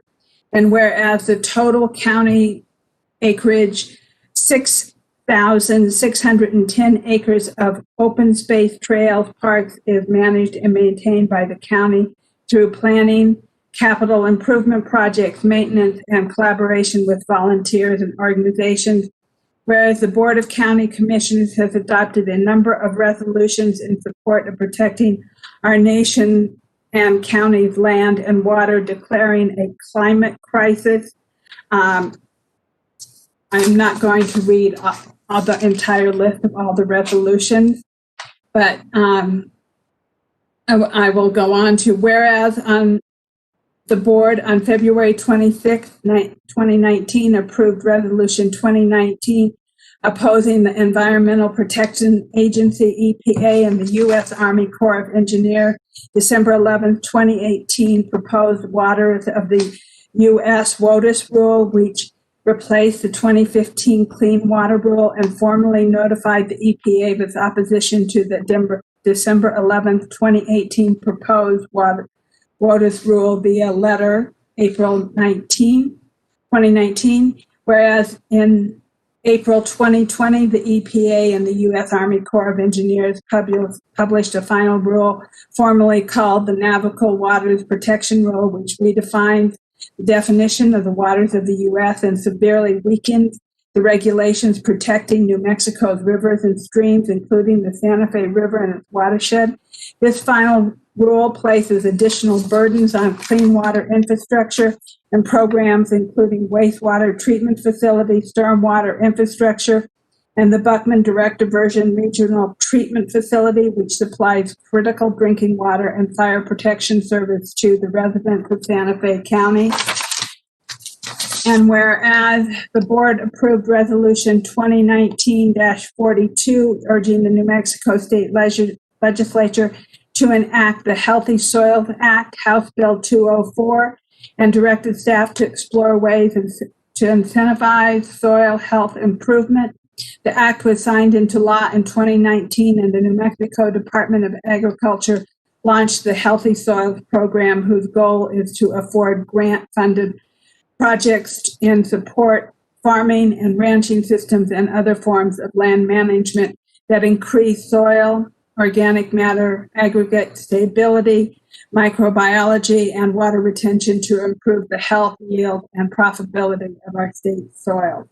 Whereas the board passed Resolution 2020-16 recommending reform of the 1872 mining law to protect public lands and local economies and support hard rock mining, and to support Hard Rock Leasing and Reclamation Act of 2019. This reform ensures additional protection of our public land, water resources, wildlife, and fish population, and recreational activities that support our local economy from mining activities and pollution, and includes robust stimulation for consulting with local governments in the planning process of hard rock mining leases and extraction. Whereas the board passed Resolution 2017-68 committing the county to greenhouse reduction goals of the Paris Agreement, which will reduce the impact of climate change on land and water. Whereas the county contains a diversity of habitat types, including pinyon juniper, woodland ponderosa pine, mixed conifer spruce, and riparian forest, grasslands, wetlands, shrubland, and a variety of aquatic ecosystems, protect all of these various habitat types, and conserve our rich biodiversity.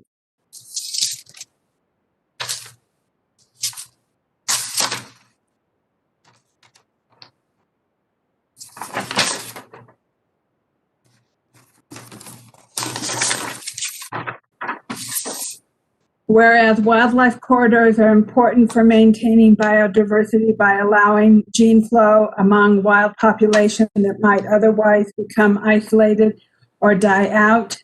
Whereas county staff, in accordance with our Sustainable Growth Management Plan, Open Space Resource Management Plan, Transfer of Development Rights Program, and other initiatives, are diligently working to preserve our land and water, improve our soil health, restoring wetlands and riparian areas, restore ponderosa pine forests, planting native trees, forbs, and grasses, removing invasive species, conserving wildlife and plant species, and conserving needs, and reducing trail impact on ecosystems, and migrating the impacts of climate change. Whereas the northern group of the Sierra Club Rio Grande chapter voted to endorse the 30-30 by campaign, and this resolution, which supports local initiatives to conserve land and water in Santa Fe County, now therefore it be resolved that the Board of County Commissioners of Santa Fe County hereby support the 30 by 30 initiative and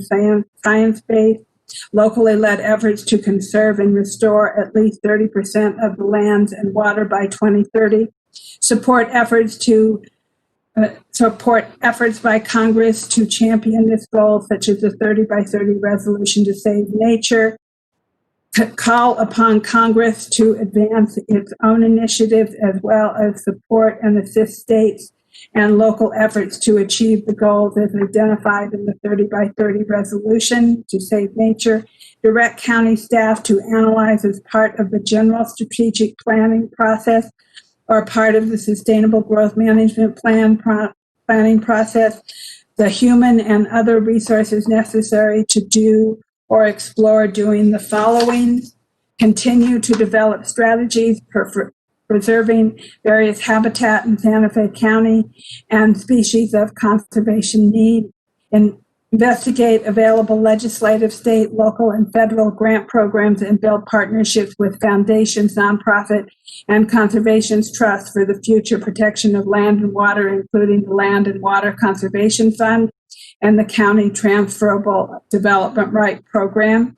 Conduct an analysis of land within the county of high conservation value that would qualify for the Land Water Conservation Fund and the TDR program for purchase and management, taking into account areas that provide wildlife corridors and those that are unique, ecologically significant.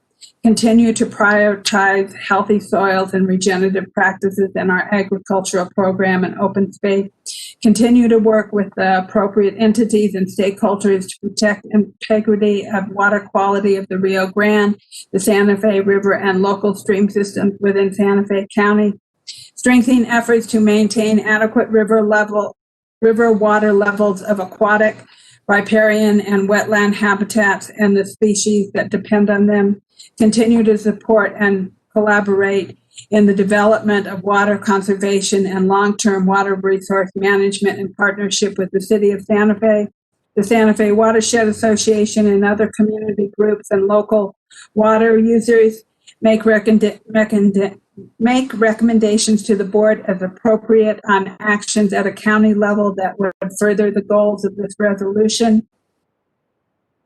The county manager is directed to forward this resolution to senators, representatives in Congress, the New Mexico governor, state senators, representatives in the New Mexico legislature representing Santa Fe County, the New Mexico County's Executive Board of Directors, and other elected officials representing political subdivisions wholly or partially within the boundaries of Santa Fe County.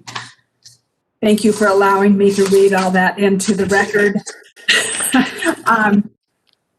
I also want to really recognize Olivia Romo and my constituent liaison, Sarah Smith, for all of their hard work on this resolution. This could not have been done without them, and I am grateful for their dedication and their hard work for both Commissioner Hughes and myself. And with that, I make a motion to pass this resolution. Commissioner Hughes, would you like to second? Yes, thank you, Mr. Chair. I'll second that motion to pass the resolution. And I also wanted to thank all the other staff members at Santa Fe County in Growth Management, Planning, and Sustainability who helped write this resolution. Couldn't have done it without all that help. So we have a motion from Commissioner Hansen and a second from Commissioner Hughes. Under discussion, did any commissioners have comments? Mr. Chair, I would really quick, yes, I have some comments. Go ahead, sir. Thank you, Commissioners, for bringing this forward. Very excellent resolution. Sending it to the Congress, and it's excellent. Awesome. One of the other things I do is Ken Hughes. Good to see you. Haven't seen you for about 17, 18 years. I'm glad you're involved in the government process because you and I worked together many, many years when you were at DFA and then you transferred to the other department. Ken, and awesome. I'm glad you're still involved. Appreciate that. That's not me, but thank you, Commissioner. Senator Udall, great man. Whenever he was the Attorney General, as the Congressman, now the Senator Lujan says that the General. When he was the General, we actually used to work with Senator Udall, and Catherine knows this. Denise Colseth was actually one of our county attorneys, and Denise used to work for Attorney General Udall, and she actually came to the county and she became the county attorney. And she did an excellent job. The senator has done a very great job in the at the Senate. I'm sad to see him leave, but we have to do what we have to do. And I just wanted to put that forward and thank you for what you've done, Senator, and the commissioners bringing this resolution forward. Awesome, great deal, and I appreciate that. Thank you, Mr. Chair. Thank you, Commissioner Garcia, and I also want to thank the commissioners for bringing this forward, Commissioner Hansen, Commissioner Hughes, and also say hello to Mr. Ken Hughes. It's been a little bit that we've seen each other, but always very happy to see you, and also just to really take a lot of the things that you bring forward and comments you make to heart. So thank you, sir. Commissioner Hamilton, did you have any other comments? Sure. I want to thank them for bringing a resolution on a really important topic. I've worked for 46 full-time professional years in environmental protection. It will never not be an important topic. So thank you very much. Okay, thank you, Commissioner. So we have a motion from Commissioner Hansen and a second from Commissioner Hughes. I'm going to go to a roll call vote. Commissioner Garcia? Yes, awesome. Thank you for bringing this forward. Commissioner Hamilton?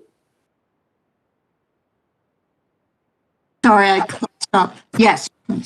Commissioner Hughes, Yes. Commissioner Hanson. Yes, and I just want to state that, I have been an environmentalist my entire life, and I feel like this resolution is just one more step in protecting our community and our environment. And it is an honor to work with all of the people at Santa Fe County and all of the commissioners and all of the work that we do to protect our community. So thank you. And yes, 100%, 105%. Thank you, Commissioner Hanson. And a yes from Commissioner Roybal. And, it's just another step towards sustainability. And, I saw a bumper sticker today that said, "Let's make America green again." So, great bumper sticker. So we have passed this resolution unanimously as I expected. So thank you very much. I'm going to go to our Madam Clerk so we can get a resolution number. Yes, Chair Roybal, the resolution the board just passed is Resolution 2020-92. Thank you. Thank you, Madam Clerk. Okay, so thank you all for speaking today on behalf of this resolution. I'm going to go to our next item, and I believe that we don't have anything to come out of executive session, and I don't think that we need anything from the information items from staff. So unless there's any other comments, but I just want to thank staff for all the information items that they provided, and also wanted to check with our county attorney if I'm correct that we don't need to come back out of executive session and we can adjourn from there. Thank you, Mr. Chair, Commissioners. Actually, under item 8C, we will be requesting one motion, one action item after executive session with regard to threatened or pending litigation in which Santa Fe County is or may become a participant, discussed in executive session. So we won't be able to adjourn from executive session this evening. In addition, under item 8A, as a housekeeping matter, we would be looking for a motion from the board to have the minutes of this meeting reflect that the matters discussed during the November 10, 2020 executive session were limited only to those specified in the motion for closure. That housekeeping item is required by the Open Meetings Act since we did adjourn from the executive or closed session. And once that matter is taken care of, Mr. Chair, I'd be pleased to outline what we need to discuss in executive session this evening. Thank you. Okay, so I stand corrected. We will be coming out of executive session to adjourn from regular session. So 8, can I get a motion on 8A, a statement for inclusion in meeting minutes concerning November 10th, 2020 executive session? So moved, Mr. Chair. Okay, can I do I hear a second? I'm going to say a motion from Commissioner Hanson, a second from Commissioner Hamilton. I'm going to go to a roll call vote. Commissioner Hamilton.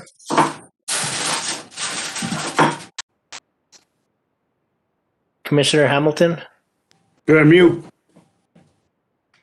Sorry, I thought I had just unmuted. Sorry, my hands are, sorry. Okay. So Commissioner Hanson. Yes. Commissioner Hughes. Yes. Yep. Commissioner Garcia. Yes.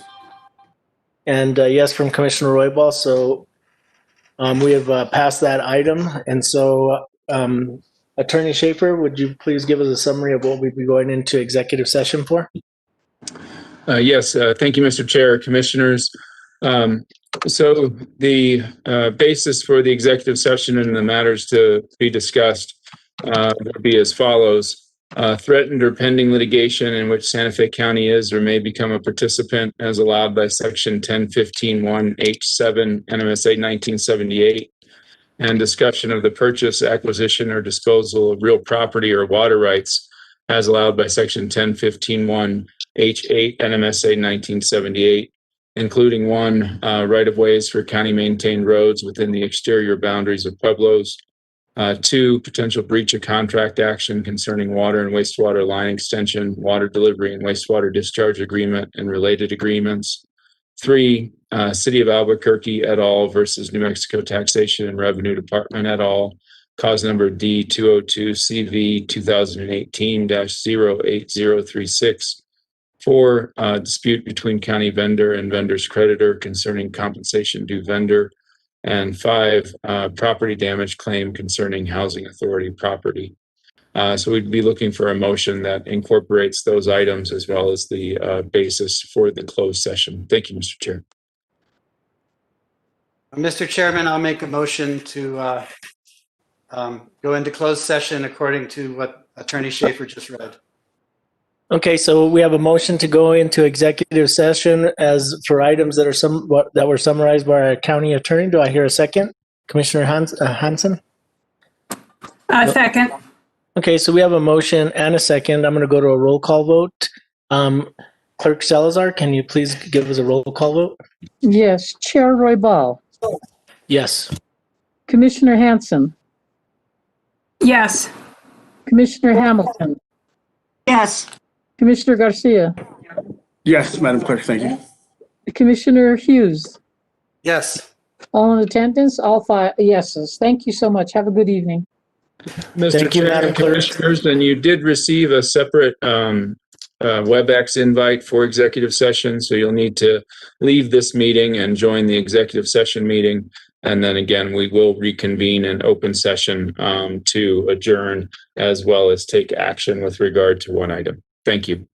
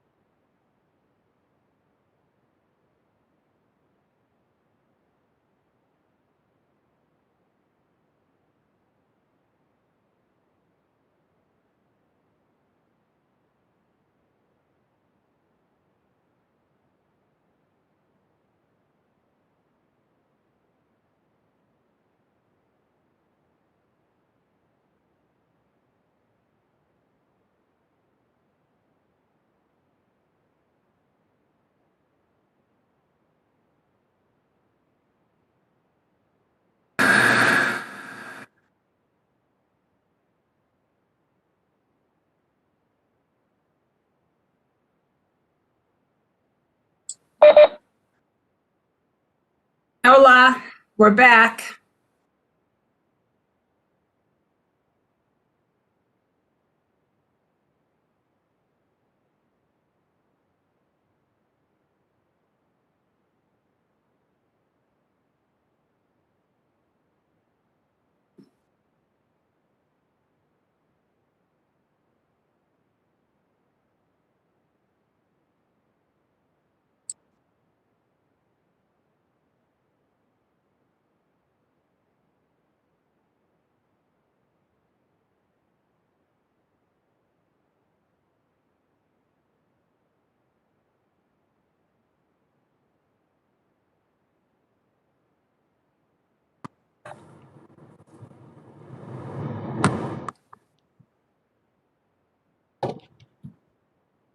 And just like that, we're back.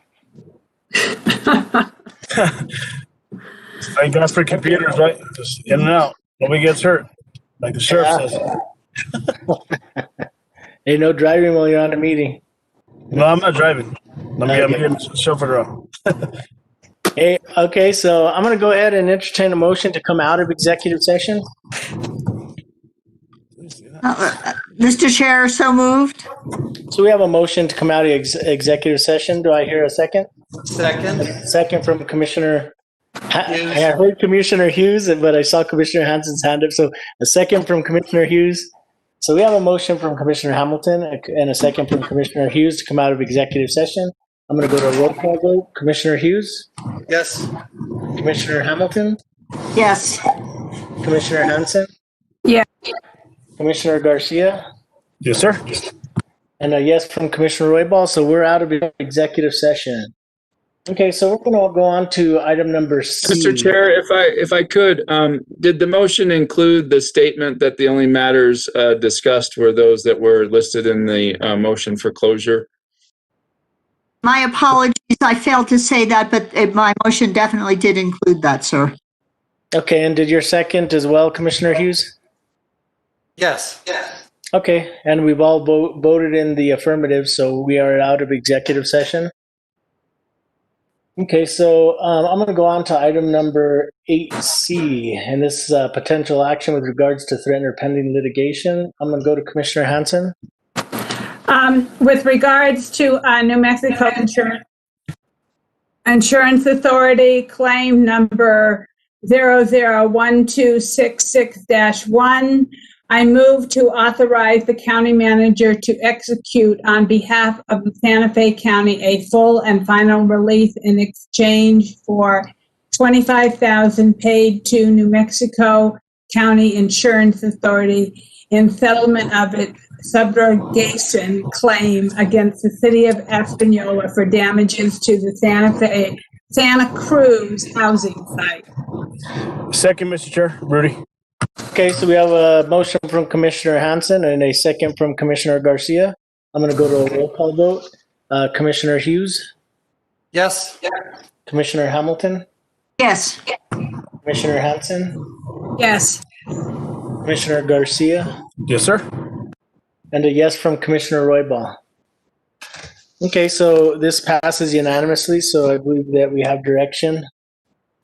Next, we didn't have any other information items, and we released staff. So we're going to go to concluding business. Is there any commissioners that have any announcements that they would like to share? Okay, hearing none, we're going to go to item number 10B, and this is adjournment. Mr. Chair, I would yes, just like people to stay home, stay safe, and if you have been exposed to COVID, go get tested, please. Okay, does that include a motion, Commissioner Hansen? Yes, and it includes a motion to adjourn. Okay, and I'll go ahead second. Okay, we have a second from Commissioner Hamilton. That's fine. And I just want to ditto the same responses that Commissioner Hansen brought forward. Is just everybody, stay home, stay safe. That's the only way that we're gonna keep from spreading this virus that's going around. So please do everything you can to take care of our citizens. Okay, so with that, I'll go to a roll call vote. Commissioner Hamilton, Yes. Commissioner Hughes, Yes. Commissioner Hanson, Yes, and wear a mask. yes, and Commissioner Garcia. Yes, sir. Thank you. Thank you, Commissioner. My fellow commissioners, appreciate y'all. Yep, and a yes from Commissioner Roybal. So that the adjournment passes unanimously. So we are adjourned. Thank you all for being here. And thank you. You guys take care. God bless. Have a good night. Good night, everybody. Bye. Nice.